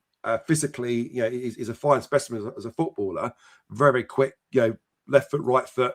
But he just needs to add that little bit of hunger and aggression in his game, doesn't he? Yeah. It's tough though. So, when you're only getting 10 minutes, look at Del Boy. He was getting like minutes, wasn't he, at the end of games? Not really looking. He was quite up to it. Suddenly gets a bit of a start, and so there is a balance with it. But it has to start from him, though. I mean, absolutely, 100%. I don't think he's watching. I don't think he's watching this for a second. But you never know. You might be, or you might have family watching this. All I say is, in football, in life, you get one chance. He's on a loan to Millwall. Make the bloody most of it. Agreed. You're here at the moment. If you want your career to go well at Brighton in the Premier League, you need to take this opportunity. And you get a 10-minute, 15-minute cameo, whatever, make it count. Agreed. Don't just swan around the pitch and But anyway, he don't look like a Bertie Big Balls, does he? As though he's strutting around. He does have a bit of a funny gait, as Ben said. When he runs on, he looks a bit strange. He don't quite look like a footballer in a way, But look, I've just got a feeling he's going to come good at some point. So let's hope that's. Well, hopefully that's soon. Starting from Friday. Well, that's it. Exactly that. Ben, start with yourself this time, and we want to talk about Josh Coburn, aka the Lamppost. I don't like the Lamppost bit. I don't know about you. And Phil Clark. Sorry, Phil, if you're watching, I don't want to embarrass you. I know Phil Clark is not a fan of being called the Lamppost either. I think he deserves a bit more credit than that, any Ben, because he is more than just a lamppost, isn't he? What did you think of his performance yesterday? Yeah, listen, it's tongue in cheek now, isn't it? But I think it's a funny nickname. Listen, he is much more than that. I said it 2 months ago. I thought he was going to be our most important player in the run-in, and I'm still adamant with that. We're a totally different side when he's not in there. Again, calling out Stoke's size and physicality. He had a real battle on his hands last night, but he just led the line very well. He did Josh Coburn things, didn't he? He tried his best to make himself look like a Wally, despite all of his hard work. And as I say, really good job leading the line.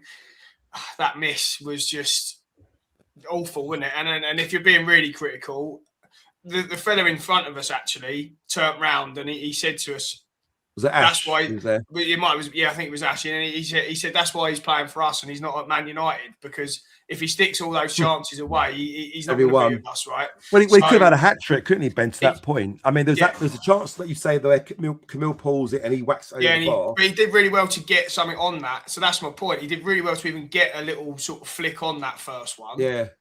And then, obviously, again, it's good movement to get away from his defending and create the space. He's all he got to do is hit the target with the one he's put over the bar. It's a horrendous miss. Yeah. And then he does quite well with his goal, but it's a little bit lucky because he should have just done better. There was another chance. We were 3-on-2. I thought he might get tackled because the defender was very, very close to blocking that, weren't he? And he was close. Very casual, but he did manage to kind of place it, didn't he, in the corner? And then there was another one in the first half. You remember, Joe, we were 3-on-2, and your boy Luke even said, I don't know why he just didn't have a shot and hit it because he had that confidence. Rather than play as Eason, you're right. Yeah, that sort of whole sort of chance where you think he got through on goal and he hit it early. Yeah, exactly. He had that opportunity. Yeah. But listen, again, I'm a huge fan of his. I think, again, the transformation from him since he's come back from injury has been phenomenal. He's put on, obviously, a bit of weight. He gets that aggressive nature that really sets the tone for us up the pitch.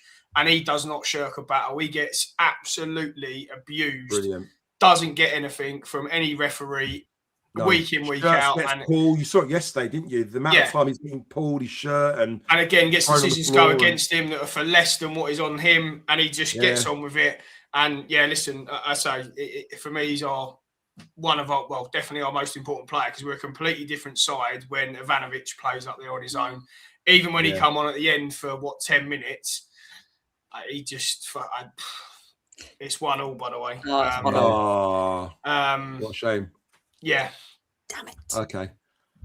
Well, look, let's hope that they can, either keep it 1 or nick a winner. Cheers, that Ben. Disco. Just get your thoughts on Josh Coburn's performance yesterday. Look, I can only echo Ben's thoughts there in terms of the importance to him in our team and the improvement and the work he puts into the game. And the lack of support he gets from bloody referees is quite frankly as scandalous, probably because he just looks too nice. I don't know why, but it's crazy the lack of support he gets.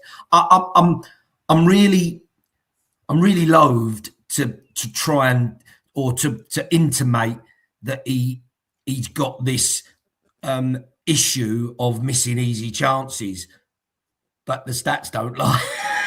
Yeah. And he bloody has, and you think, are we looking too deeply? Or when he don't have to think about it, he can't do it. And when he has to think about it, he can. You think, no, that can't be right, surely. But as I say, the evidence is he has missed that one last night.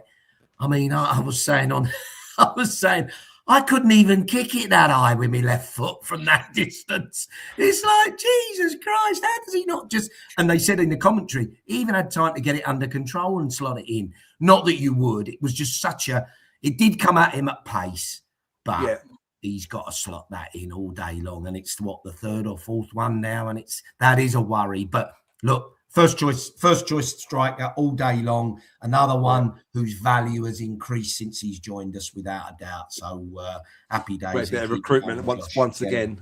Absolutely. Cheers, that Disco. And then Bex, just ending with yourself with regards to Josh Coburn. What did you make his performance yesterday? Yeah, like the guys have said, completely agree. It's frustrating that he didn't put in them goals. They were sitters, and he's been having a bit of a mare the last couple of games with them. So to get that goal, I think, was obviously like a bit of a boost for him. But yeah, it is frustrating that the refs don't give him anything because he does put everything into the game. He is a real battler. He gets stuck in, which is really nice to see as a striker, but to not be given any of the fouls that go against him, that is frustrating. And that's just going to continue on. Jake Cooper's had it all of his career, so that it's not going to change. I think, unfortunately, he's going to have to just accept that that's probably how it's going to be for him. But yeah, I prefer to watch him over Ivanovic. I like Ivanovic, but Josh just gives you that little bit extra. He really does get stuck in. So yeah, I think he had a good game. Yes, he should have put them goals in. We could have been 2 up early on if he had not thrown it over the started playing rugby. But yeah, he done the job eventually. So yeah, all good. I was wondering when you were going to turn your light on. Yeah, sorry.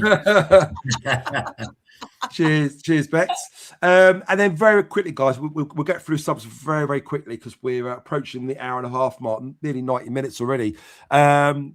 Disco, Danny McNamara obviously comes on at the end, only for Zach Sturge, who was tiring a little bit. Gets a yellow card in the first 30 seconds in true Danny Mac style, of course. So, what do you make of his little performance at the end?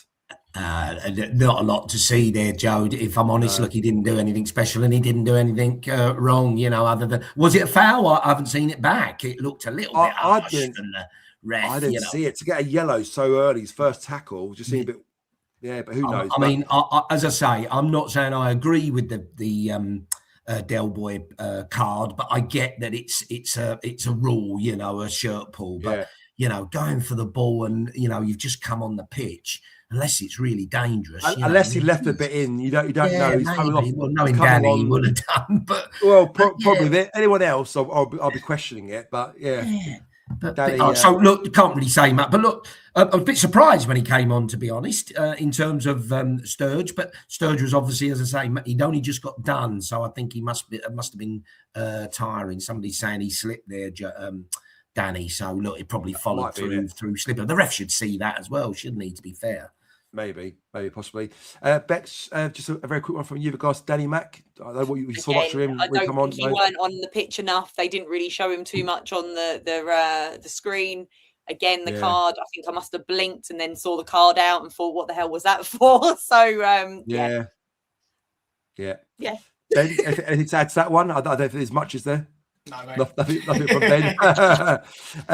Bex, start with yourself. Ivanovic. I don't know. I felt he kind of run the line well. I think Alex Bill mentioned that yesterday at his post match. You're fucking generous, you are, Joe. But we still ain't finished yet. But we still want to see that physicality. We want to see the physical side of it, don't we? Which again, when Josh goes off and he comes on, I think it's very, very noticeable. You can see the contrast, can't you? Definitely, but what I would say, I do think his physicality has improved since the beginning of the season, and I think probably because he's had to obviously battle for that space with Josh Coburn, he's had to do something about it. Could we give him more minutes? Maybe we could, but actually I don't think the style of play at the minute's necessarily suiting him. I think Josh Coburn is the one that we need up there to try and get that ball in the net. But it's refreshing when he comes on, but he doesn't excite me like he used to, unfortunately. Yeah, shame. But I agree with what you're saying there.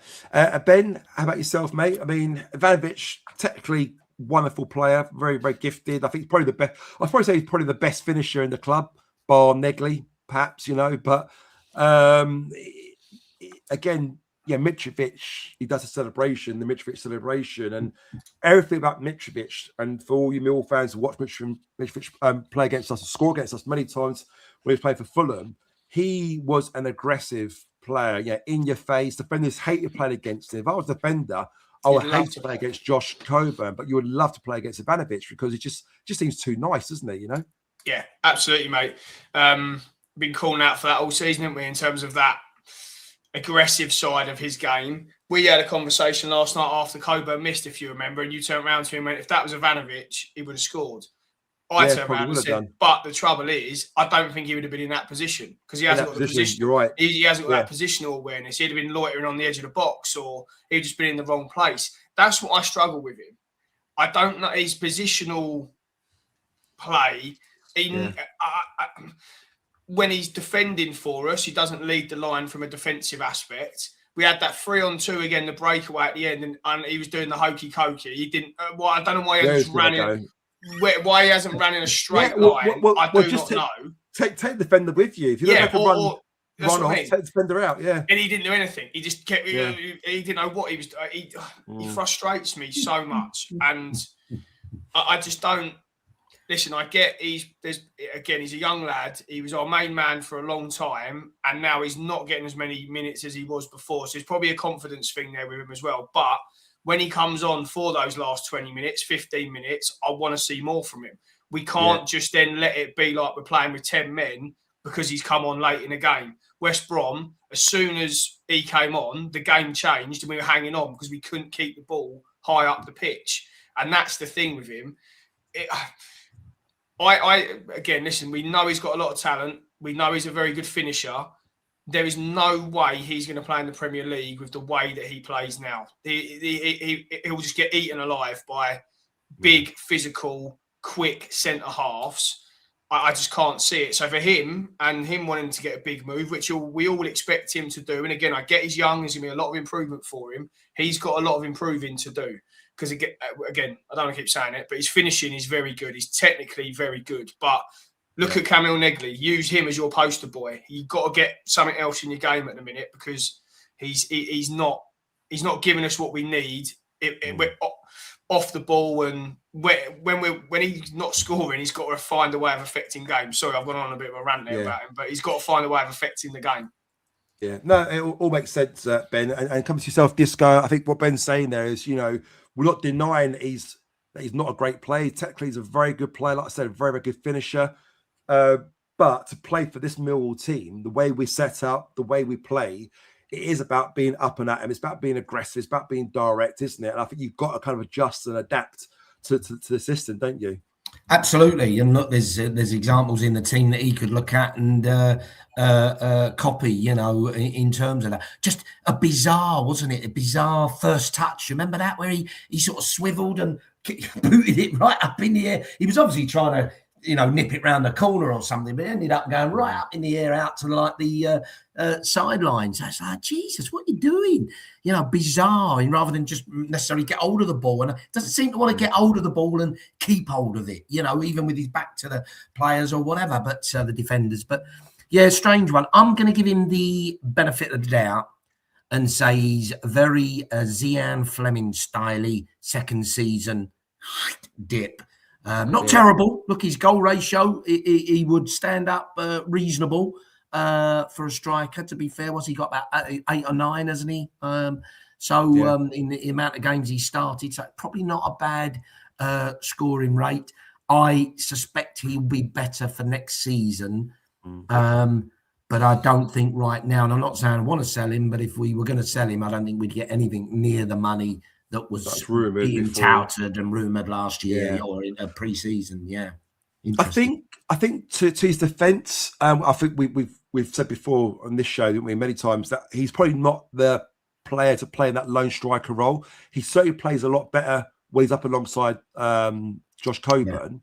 Yeah. But the trouble is, in this system, and it's working quite nice, Negley fits that position, doesn't he? At number 10, becoming the kind of, the false 9, if you like, and whatever, and I think to do that, it kind of messes everything up, doesn't it, a little bit? You can't then change the system just to suit Ivanovic at the moment. That's the trick, isn't it? Yeah. Just on the Ivanovic piece versus Coburn, I just had, out of interest, I thought I'd just have a look. So he's played 42 games, Ivanovic, scored 9 goals. Yeah. Coburn's played 25 and scored 9. Wow. Right, wow. There so his goal ratio is much better, Coburn. And also, you think about the ones that Coburn's missed as well. That's what I mean, and I'm not saying that in a piss take way, but Ivanovic doesn't even get in the positions to miss so many chances, does he? Well, he's hit the bar. Is it 2 or 3 times now? Been very unlucky, hasn't he? With 2 or 3 chance, that would have made a massive difference. But the point I'm making is that Josh seems to put himself about a bit more. Definitely. He gets in those positions. He gets in those goal scoring positions, and whereas Ivanovic, very rare you see him getting many goal scoring opportunities or getting those positions, but when he does get them, he seems to kind of put away, doesn't he? That's my point about when he's not scoring. So when Coburn doesn't score in a game, he affects it by... He affects the game. By getting others into play, all that. Yeah, that's what I mean. But creating chances for others by... Exactly that. Coburn doesn't have to necessarily score, which is a mad thing to say about a lone striker, because he can affect it by the press, the physical aspect, keeping the ball, getting us up the pitch. When Ivanovic plays, he's got to learn to be able to do that for us rather than just being able to score, which sounds a mad thing to say because he either scores or he's non-existent, and that's it's not a great balance to have when you play like we do. Yeah, no, you're absolutely spot on, guys. We're nearly getting to the end here, so we start with yourself, Ben, on this one. I believe it's yourself, Ben, on this one. Langstaff. A bit of a public apology on this one. I've just felt the last couple of games, especially yesterday when he came off the pitch, I think he does quite well actually. Jesus. I've said before, it's not his fault. I just don't see him technically being perhaps good enough, or in the past not good enough to play in the Championship and at this level, you know. But yesterday he didn't give the ball away, which he has done in the past quite often. He does work hard. He does freshen things up. I love his attitude. I love his running. And when he came on for, I think it's for in that number 10 role at the end, he did seem to play quite well. You know, he was winning the ball back. He was getting the ball, giving the ball. He wasn't losing it like he has done in the past. So I see another side of him. I can sort of appreciate a little bit more about what he does. Would I start him? Definitely not. But come on, last sort of 10 minutes, perhaps maybe yes. You know, would you share the same? Is everything all right, mate? Have you had a bang on the head today, or is just do we need to bring someone? You're well, right. I'll go to the Players Awards in a couple of weeks' time. I'll bump into him. Do you know what I mean? I guess he's on the table. I don't want to be two-faced if he's on my bloody table. I'll be like, all right, Macca. No, mate. Listen, I've had that opinion. I think we did Disco and I were talking last night. I think we did the end of the end of January window. They were the reasons why I wanted to keep him. I thought, listen, I don't think he's going to be the answer long term. I don't think he's going to be here next year, whatever happens. Yeah. Is he the number 9 for us in the Championship? No, but does he have a place in the team? Certainly in that Good 10. job. Again, to pick out a performance, he was excellent at Preston away. Excuse me. He was superb. He really was. And he has been in other games, I feel. Like, listen, again, he's not the number 9 for us. I don't think he is that. But in that defensive 10, the pressing, off the ball stuff, I think he's definitely got his place in the team. He can come on late, like you said. He's got a bit of energy about him. So, yeah, listen, I think he's well worth his place in and around the team. Yeah. And he's a nice guy. The guys in the chat, yeah, seems a very lovely guy, as Beck sort of often reminds us. You know, she didn't get that then. She was miles away. I did know. I've been waiting to go. He's a nice guy. Cheers, that Ben. And Disco, the thoughts on Langstaff? Yeah, look, minimal. I didn't even realise he'd come on. I'll be honest, that until he suddenly his name was mentioned. But look, I think he'd started to show he was worth his place. Then I felt he went off the boil a bit and didn't really see what he was offering. But the last couple of games, he's come on late and he's done a job, hasn't he? You know, he's been busy. He's been, in fairness, Joe, that's a really good call. He didn't give the ball away last night. Didn't. Like he often and the reason why I say that, Disco, and not to be sort of bad here, but I was half expecting him to. He often does. Because he does. Yeah. And I was kind of like watching and thinking, I'm going to say it in a minute.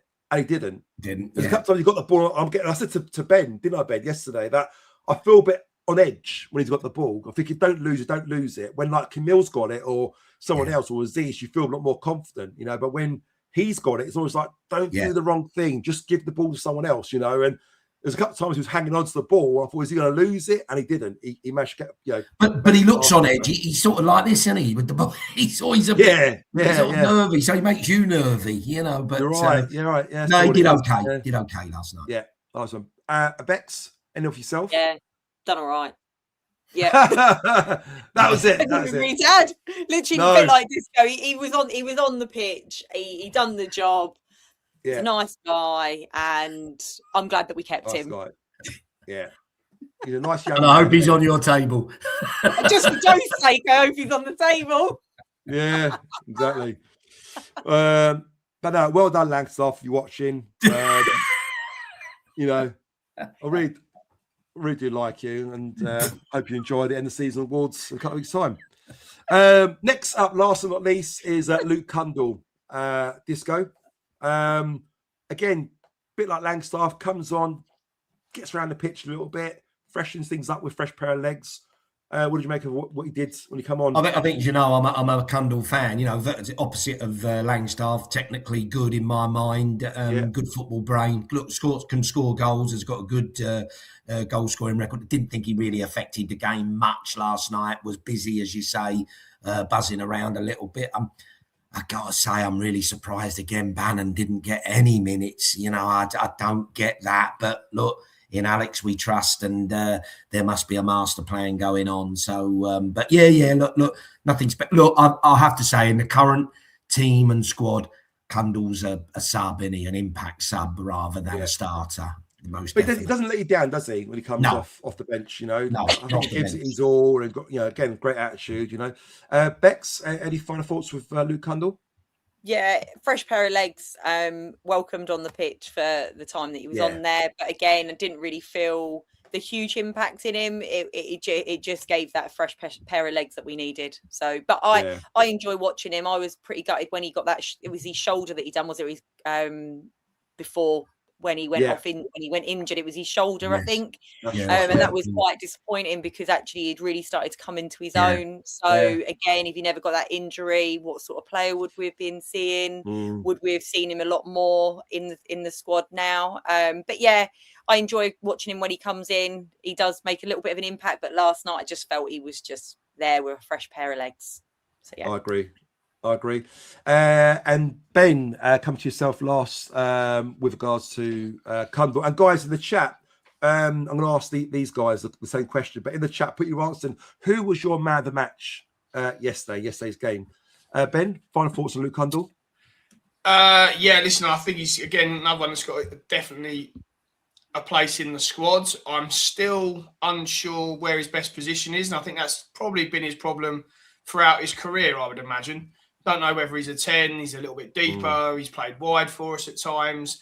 I think that's probably been his issue throughout his career. But yeah, look, very useful to have in and around the squad, certainly to bring on late in games. He's got quality on the ball, I think we know that. So yeah, for me, definitely a useful player for us. So who's your man of the match for yesterday, Ben? I don't think I need to answer that, mate. Negley, Starboy. Kramer for Ben. Disco, how about yourself, mate? Mihailo. Who's your man of the match? Yeah, old Negley. Has to be Camille. Yeah. And apart from Tristan Kramer, Bex, who was your man of the match yesterday? It was Negley, was my man of the match. Yeah. I don't give it to Tristan every game, you know. A lot of love for Negley in the chat as well, guys. So I think he unanimously won that one. So and rightly so, fantastic. And I think on SofaScore.com he got the highest rating of 8.2. I think it was. So, we've got a shout for Aziz as well. But look, I'd imagine Mark Robbins gave it to him as well. He seemed very complimentary about our performance, didn't he? What a sore loser he is. Oh, mate, he did. But to be fair, he did credit us about how hard we work and our attitude, and you know, and that's basically said we didn't create anything. Gritted tea, yeah. He said we didn't create anything. I thought, cheap bastard. We could have been 4-0 up at half time. Absolutely unbelievable. I know. Right, guys. Question in the chat, and I'm going to start with you first, Bex. Is automatic promotion actually going to happen? In the chat, give us a 1 if you think we're going automatically. 2 if you think it's going to be playoffs. Bex, what's your thoughts? I'm sticking by what I've been saying for quite a while now, and we're going automatic. Oh yeah. We are, yeah. Yeah. I honestly, I do believe I've been saying it. You believe automatic promotion is generally on now, yeah? Yeah, no, genuinely on. It's been on for ages. It has. Whether people believed it or not, I genuinely believe it's happening. It might not, but do you know what? I wouldn't be disappointed if it doesn't. But I genuinely believe that it will. Is it mixed? Is it me? It was a bit mixed bag in the chat there. One for automatic, 2 for playoffs. Oh, no, ones. I'm seeing a load of ones. I think people don't want to believe. They don't want to put their put their heart and soul into the fact that it's happening. But just go with what you think. At the end of the day, we've not been in this position for a long. Well, when was the last time we was in this position? It was back in the whenever, probably before I was born. 20 odd years ago against Birmingham, in the semi-final. Yeah. That's it. The second leg, yeah. So I just think, do you know what? If we don't go automatic, we've made playoffs. Yeah. Of course, it's going to be disappointing if we don't do it, but I just think that we've had an amazing season. We couldn't have asked any more of these guys. We wouldn't have said that we would have been here at the beginning of the season, would we? No. So the fact that we are, I just think, yeah. But I've been saying it. We're going second. Nice one. Ben, how about yourself? We go straight up, or was it playoffs for you? I can't think about it, mate. I can't think about it. I genuinely can't. Yeah, listen, so I think Gary's just said there in the chat, to be even talking about it with 2 games to go is absolutely mind-boggling. And it is just brilliant. Ben, how much do you feel that Mill actually handling the pressure at the players? Are they handling it well enough? You wouldn't have known last night, would you, that we were in this position? And the first that question, what I'll ask you is, how much is that down to this guy? Oh, I just think solely, mate. I think, again, I haven't listened to him once this season after any game and gone, cool, Alex is wide of the mark there. I didn't think that today, Alex. He's just absolutely spot on in every game. And I can imagine him talking to the players even after last night and just bringing us all back down to earth and saying, enjoy it. Absolutely. But let's take care of ourselves, and whatever will be, will be. And that's the way we've got to kind of look at it, because whatever way we dress it up, it's not in our hands. If Ipswich win all their games, they're up. So, listen, we'll take care of ourselves, and then whatever happens after that happens. But it is all down to that man, Sir Alex, as I call him now. Don't worry about Sir Alex Ferguson, Sir Alex Neil. He's just an absolute god, isn't he? I just can't believe the transformation that he's had in this squad, because the nucleus was there, but he has taken us on to a next level, isn't he? I don't doubt that. I think that's purely down to his mentality and the way he approaches things. And as I say, I could imagine him after last night just going, enjoy it, but let's keep doing what we're doing and do what we're good at. Yeah, cheers that, Ben. Disco, he's very level-headed, isn't he? You know, you hear him talk, as Ben says, after games, and he's very much, he doesn't get too high when we win, doesn't get too low when we lose. And I think that transcends across the group of the players. He speaks quite openly about the successes he had in promotion over the years, going out winning playoffs with Sunderland, with Norwich, and promotions, whatever. And a lot of what he does, he does simplify things, doesn't he, Disco? He talks about taking one game at a time. All you can do is win your next game. It doesn't matter about the noise. It all goes on behind. We can't control what Ipswich do. We can't control what Southampton do. All we can control is what we do. And he just seems to sort of prepare the players so well for each game one at a time, doesn't he? That's kind of what it comes down to. Look, you can't underestimate, can you, how big an impact the manager has. And it's quite interesting. Rosinia got sacked, didn't he, earlier? And I was telling my missus over dinner and said, the Chelsea manager's got the sack, but he's rumoured to get a £24 million playoff, whether that's true or not, but he's getting multi-millions, whatever, isn't he?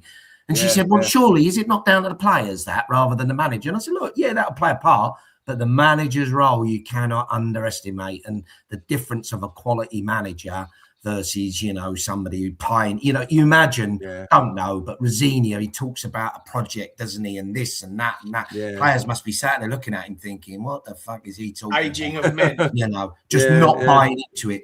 I guarantee when he has a team session, Alex Neil, there is silence and they are all tuned into him and listening to him and taking in what he's saying. Del Boy might not know what the bloody hell he's going on about. He will pick up on the body language and Kramer will fill him in later. Translate for him. Yeah.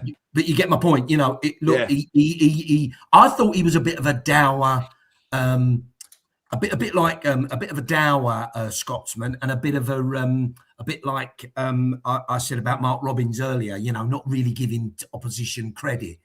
He's far from it, isn't he? He's far from it. He'll be very level-headed. He's got a little smirk in the background. He is pretty straight, but he's never too high. He's never too low. Very measured. I don't know about you, Disco, and you, Ben, as well. Yesterday, I mean, we've seen him after games go up to the fans and clapping them or whatever, and he sort of does it. And he's one of these sort of managers. I hear Norwich fans talk about him and Sunderland fans about how he doesn't really like play up to the fans. He doesn't do like the old Nathan Jones bit. He hates all that shit.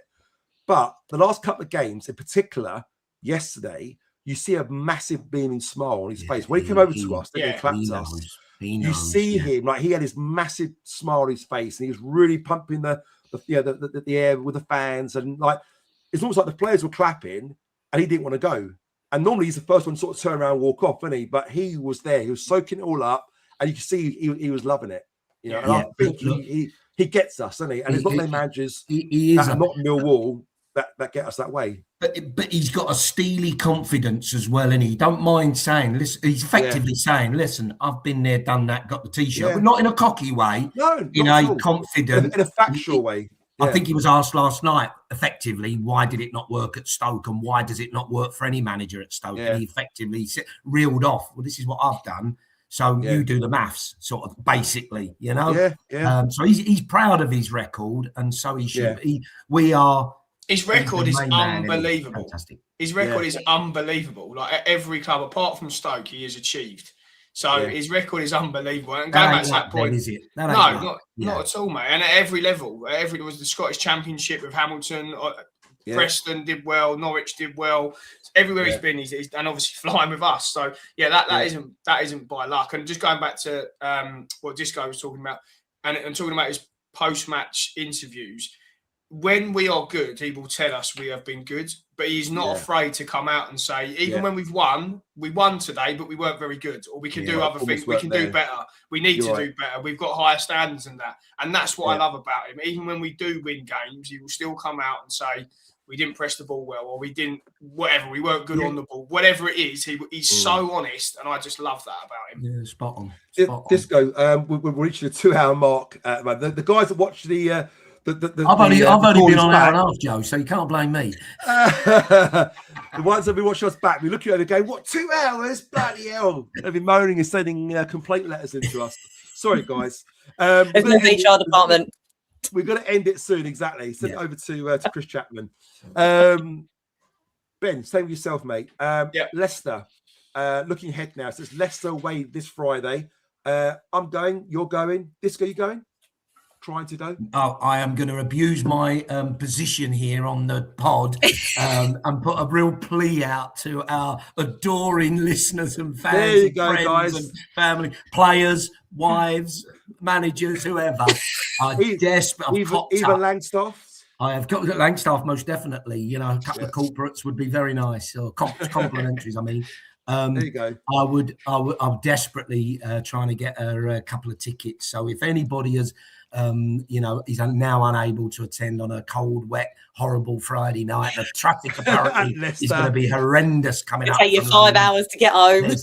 No trains, no buses, no trains. So I could help you out with a couple of tickets. Apparently there's going to be a tsunami as well in Leicester, apparently, on Friday. What, sorry? There'll be a tsunami. Yes. Well, I'm happy to step in and help out if anybody. No, but seriously, there is often, isn't there, somebody who can't go. Yeah. Even late on, please, guys. I'd be very. Get in contact, guys. If you get a ticket for Disco, make his. Make pay for them, of course. I'm not scrounge, bloody hell. No. Somebody called me out on Twitter earlier. It was brilliant. He called me a glory hunter. I love that. It was like brilliant. It was Capone. It was brilliant. Loved it. Right. Back in the room. Ben. Friday. Absolute massive game. Huge 3 points are needed, as we know. Leicester are down. So the obvious question is, are they mentally on the beach now, Leicester? Does that make them dangerous because they've got nothing to lose?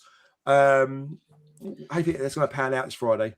Ordinarily, I would say yes, it does make them dangerous, but they are in absolute turmoil, that club. That the fans, there's rumours that the fans are boycotting Friday. They've been abused, rightly so, for the last couple of games, staying behind games, players getting loads of stick, as you would fully expect. So, normally, I would say yes. The only thing that worries me is the Gary Rowett factor. Is he going to pull a master stroke on us? It would be a typical thing that he would do. But I say it all the time, if we go there and perform like we have done the last two games, I expect us to go there and win, because they've got no fight left in on that club. They are in such a bad place. Yeah. I'd be more worried about the Oxford game than I am the Leicester game. With you facing Emakhu again, yeah? We get it. If that happens, then no one will ever see me ever again, get it. Believe me. That's fine, isn't it? Emakhu. I mean, well, actually, I've got no need to worry about him because he still doesn't even play for Oxford. So that's true. Disco, Friday's game. How do you see it going? And would you keep the same team? The guys in the chat as well. Would you keep the same team, which started the last two games, or you make some changes? Disco, how do you think it's going to pan out? And would you make any changes for Friday's game? Good question, Joe. I think if they're all fit and healthy, I think you have to start with an unchanged team and then and go again. adjust. Yeah, definitely. Love the fact, like you said earlier, they've stayed up there. That is a really good call. That will build, the camaraderie. It does, Blackburn did it, didn't they? When they came and all right, we had the sending off and all that. Did they beat Charlton the day before, and they stayed down as a team and then came and played us, and they looked good first half, didn't they? In fairness, so I think it does work. Look, is it better that they got relegated? Is it worse? If they were still not relegated, we'd be saying it's worse. Now they're relegated, or is it worse? Look, we've just got to true Alex Neil style. We've just got to go there and do our thing, concentrate on our game. And I think it's Andy Roberts has said there, Rowett's Alex Neil has never beat Gary Rowett, and I think that's true. I think that's a stato fact. That is, what a time to do it! What a time to do it. To be fair, but look, I just hope Rowett plays some of these players that the fans have got a real beef with at the minute, and they fell out with Winks and yes, that's right. Is it Chowdhury or the guy with the So if they play them, with the hair, the Michael Jackson, Sideshow Bob fella. But if he plays them, then the fans are going to be on their back. I think bad atmosphere at Stoke last night. Poor crowd. We could do with that again, and we will be loud and proud. So look, it's really tough. But look, the way we're going, if we play like we did last night, and the confidence we had last night, I see no reason why we can't get a cheeky win again. And then, wow, it really is game on. Fingers crossed, Disco. Bex, comes to yourself. What change would you make, if any, for this Friday? And can you see us getting a result? So I'd keep the same team, to be fair. I don't think any changes required. And results-wise, I think that we can go and do it, to be fair. It does worry me when you've got these teams that are lower down in the table. Yeah, they've been relegated. They haven't got anything to play for, but sometimes they're the teams that then come out and actually pull off their best performance. So that's that little concern. No pressure But I think if we do stick to that same mentality of just playing in that game and doing what we've been doing, there's no reason why we can't go out and win it. So, definitely. I think a couple of goals would be quite nice, to be fair. Maybe a 2-0. Yeah. That'd be nice. Talking about an unchanged team, somebody mentioned earlier, is there any update on the potential Taylor injury? Is that right? I didn't hear about that. I didn't see him in the swimming pool. Did you, Bex? When you're looking at Tristan in that picture? No, I didn't see him anywhere. Guys, in the chat, what's your score prediction for Friday's game, guys? In the chat, put it up on the in the comments. Let's have a look and see what you think is going to happen. Ben, what's your prediction for Friday? Score prediction, and who's going to score? 2-0, Negley and Lamppost again. Can't call him Lamppost anymore. Remember that. Can't call him Lamppost anymore. Josh Coburn. Josh Coburn. I'm only joking. Disco, how about yourself? I was going to go like Ben 2-0, but I'm going to raise you. I'm going to raise you one in true Angelo style. I'm going to go for a cheeky 3-1 win with a late third, to be honest, to seal it when they're just going gung ho. So your mate Jeff has gone for free. Gone for free there. 3-0. Right. 3-0 for Jeff. I'm going Coburn, Aziz again, and my old favourite Taylor has got to come good at some point if he's fit. So Taylor will get one, I suspect. Nice. Brilliant. All confident in the chat. There's lots of 2-0s, 3-0s, and goals and all sorts. So how about yourself, Bex? What's your score prediction? Who's going to score? 2-0, Negley, and I'm going to throw it. Tristan's getting a goal. I feel like we just need to. I feel like he's got a goal coming in him. He's got one coming in him, I reckon. Just to shut Ben up, if anything, and get Ben off his back. Yeah. Love that. Guys. What do you think, mate? Sorry, I'm going to go for 2-0. I'm going to go for 2-0. I think Negley's going to score his third in 3 games. I think I've seen Negley scoring. And I'm going to give the other one to. I'm going to go for Casper de Norre. I think he's had last goal he scored was against Portsmouth, I think from memory this season. So I think he's due one at the moment, and because if he does start, if Del Boy plays that number 6 role, which I explained earlier, and Casper's playing the more the attacking midfield role, he's getting in those areas. I saw it even yesterday. He got into a couple of good areas, didn't he? And I feel he's probably due a goal at the moment. And I know they're all up for it. And hopefully we'll get a 2-0 win. And and going back to the question you asked us all before, mate, are you worried about the position that Leicester are in? It's hard, as Bex just said earlier, when you're playing without any fear, you've got this confidence to just go out there and play your football. But I think that might suit us in some ways. What we don't want is somebody's going to be very defensive, try and hit us on the break. If it was a true Rowett sort of performance, sit in, they need to get a point to stay up.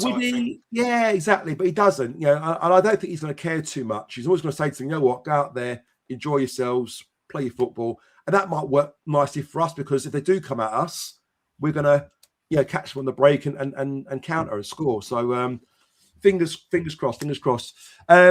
Guys in the chat, thank you so much for being with us this evening. Over 259 of you in the chat. Really do appreciate it. Guys, if you haven't liked, subscribed yet, please do that. Even a little like, it helps massively in generating more money for Cancer Research UK. Also, quick shout out. I should have done this at the beginning, but I'm going to do it now before I forget.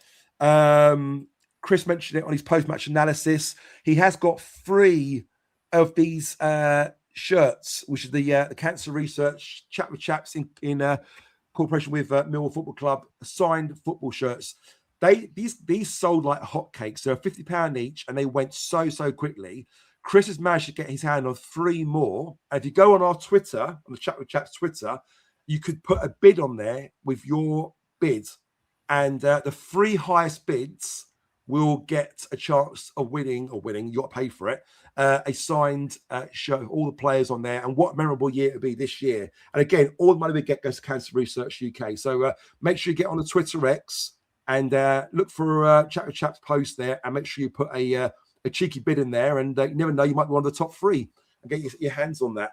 So guys in the chat, thank you so much for being with us. Final words for yourself, Disco, before we say goodbye. Yeah, look, great to be on. Sorry for being a bit late. Look, great last night. Great to meet a few listeners. Paul, we met in the boozer before the game. Nice to meet Paul. And Billy Smith. Finally met him and his lovely daughters in the ground. I didn't see him there. Yeah, he came. He came up the stairs and we had a chat at half time. I met the O'Maras again. Pete O'Mara's the right character, so it was lovely to see him. So yeah, look, I thought it was a real good atmosphere, and wouldn't it be lovely if we can just get a cheeky win on Friday and go into that Oxford game? We'll then be really nervous about that, but look, brilliant so far, and I just don't want us to be too down if we don't get straight up, because. Bloody hell, we're in the playoffs, for Christ's sake. It's phenomenal. You're right. Great. Let's hope Charlton does us a favour as well tonight as well. Correct. Nice. So cheers, Disco. Thanks, mate. Bex, final words for yourself before we say goodbye. Thanks everybody for listening. I think just going to Friday, just concentrating, I think, on us, to be honest with you. And again, just going into the last game of the season, again, concentrating on kind of what we can do.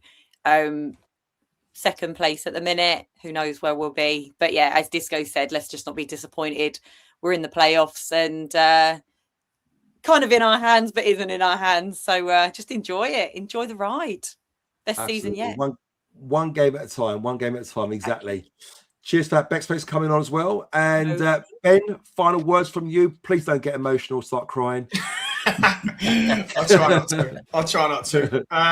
No, listen, it's been a fantastic season. Whatever happens, again, it's been one of the best following Millwall. I might cry in a minute. It's been generally one of the best following the club. So, cry. He's going to cry in a minute.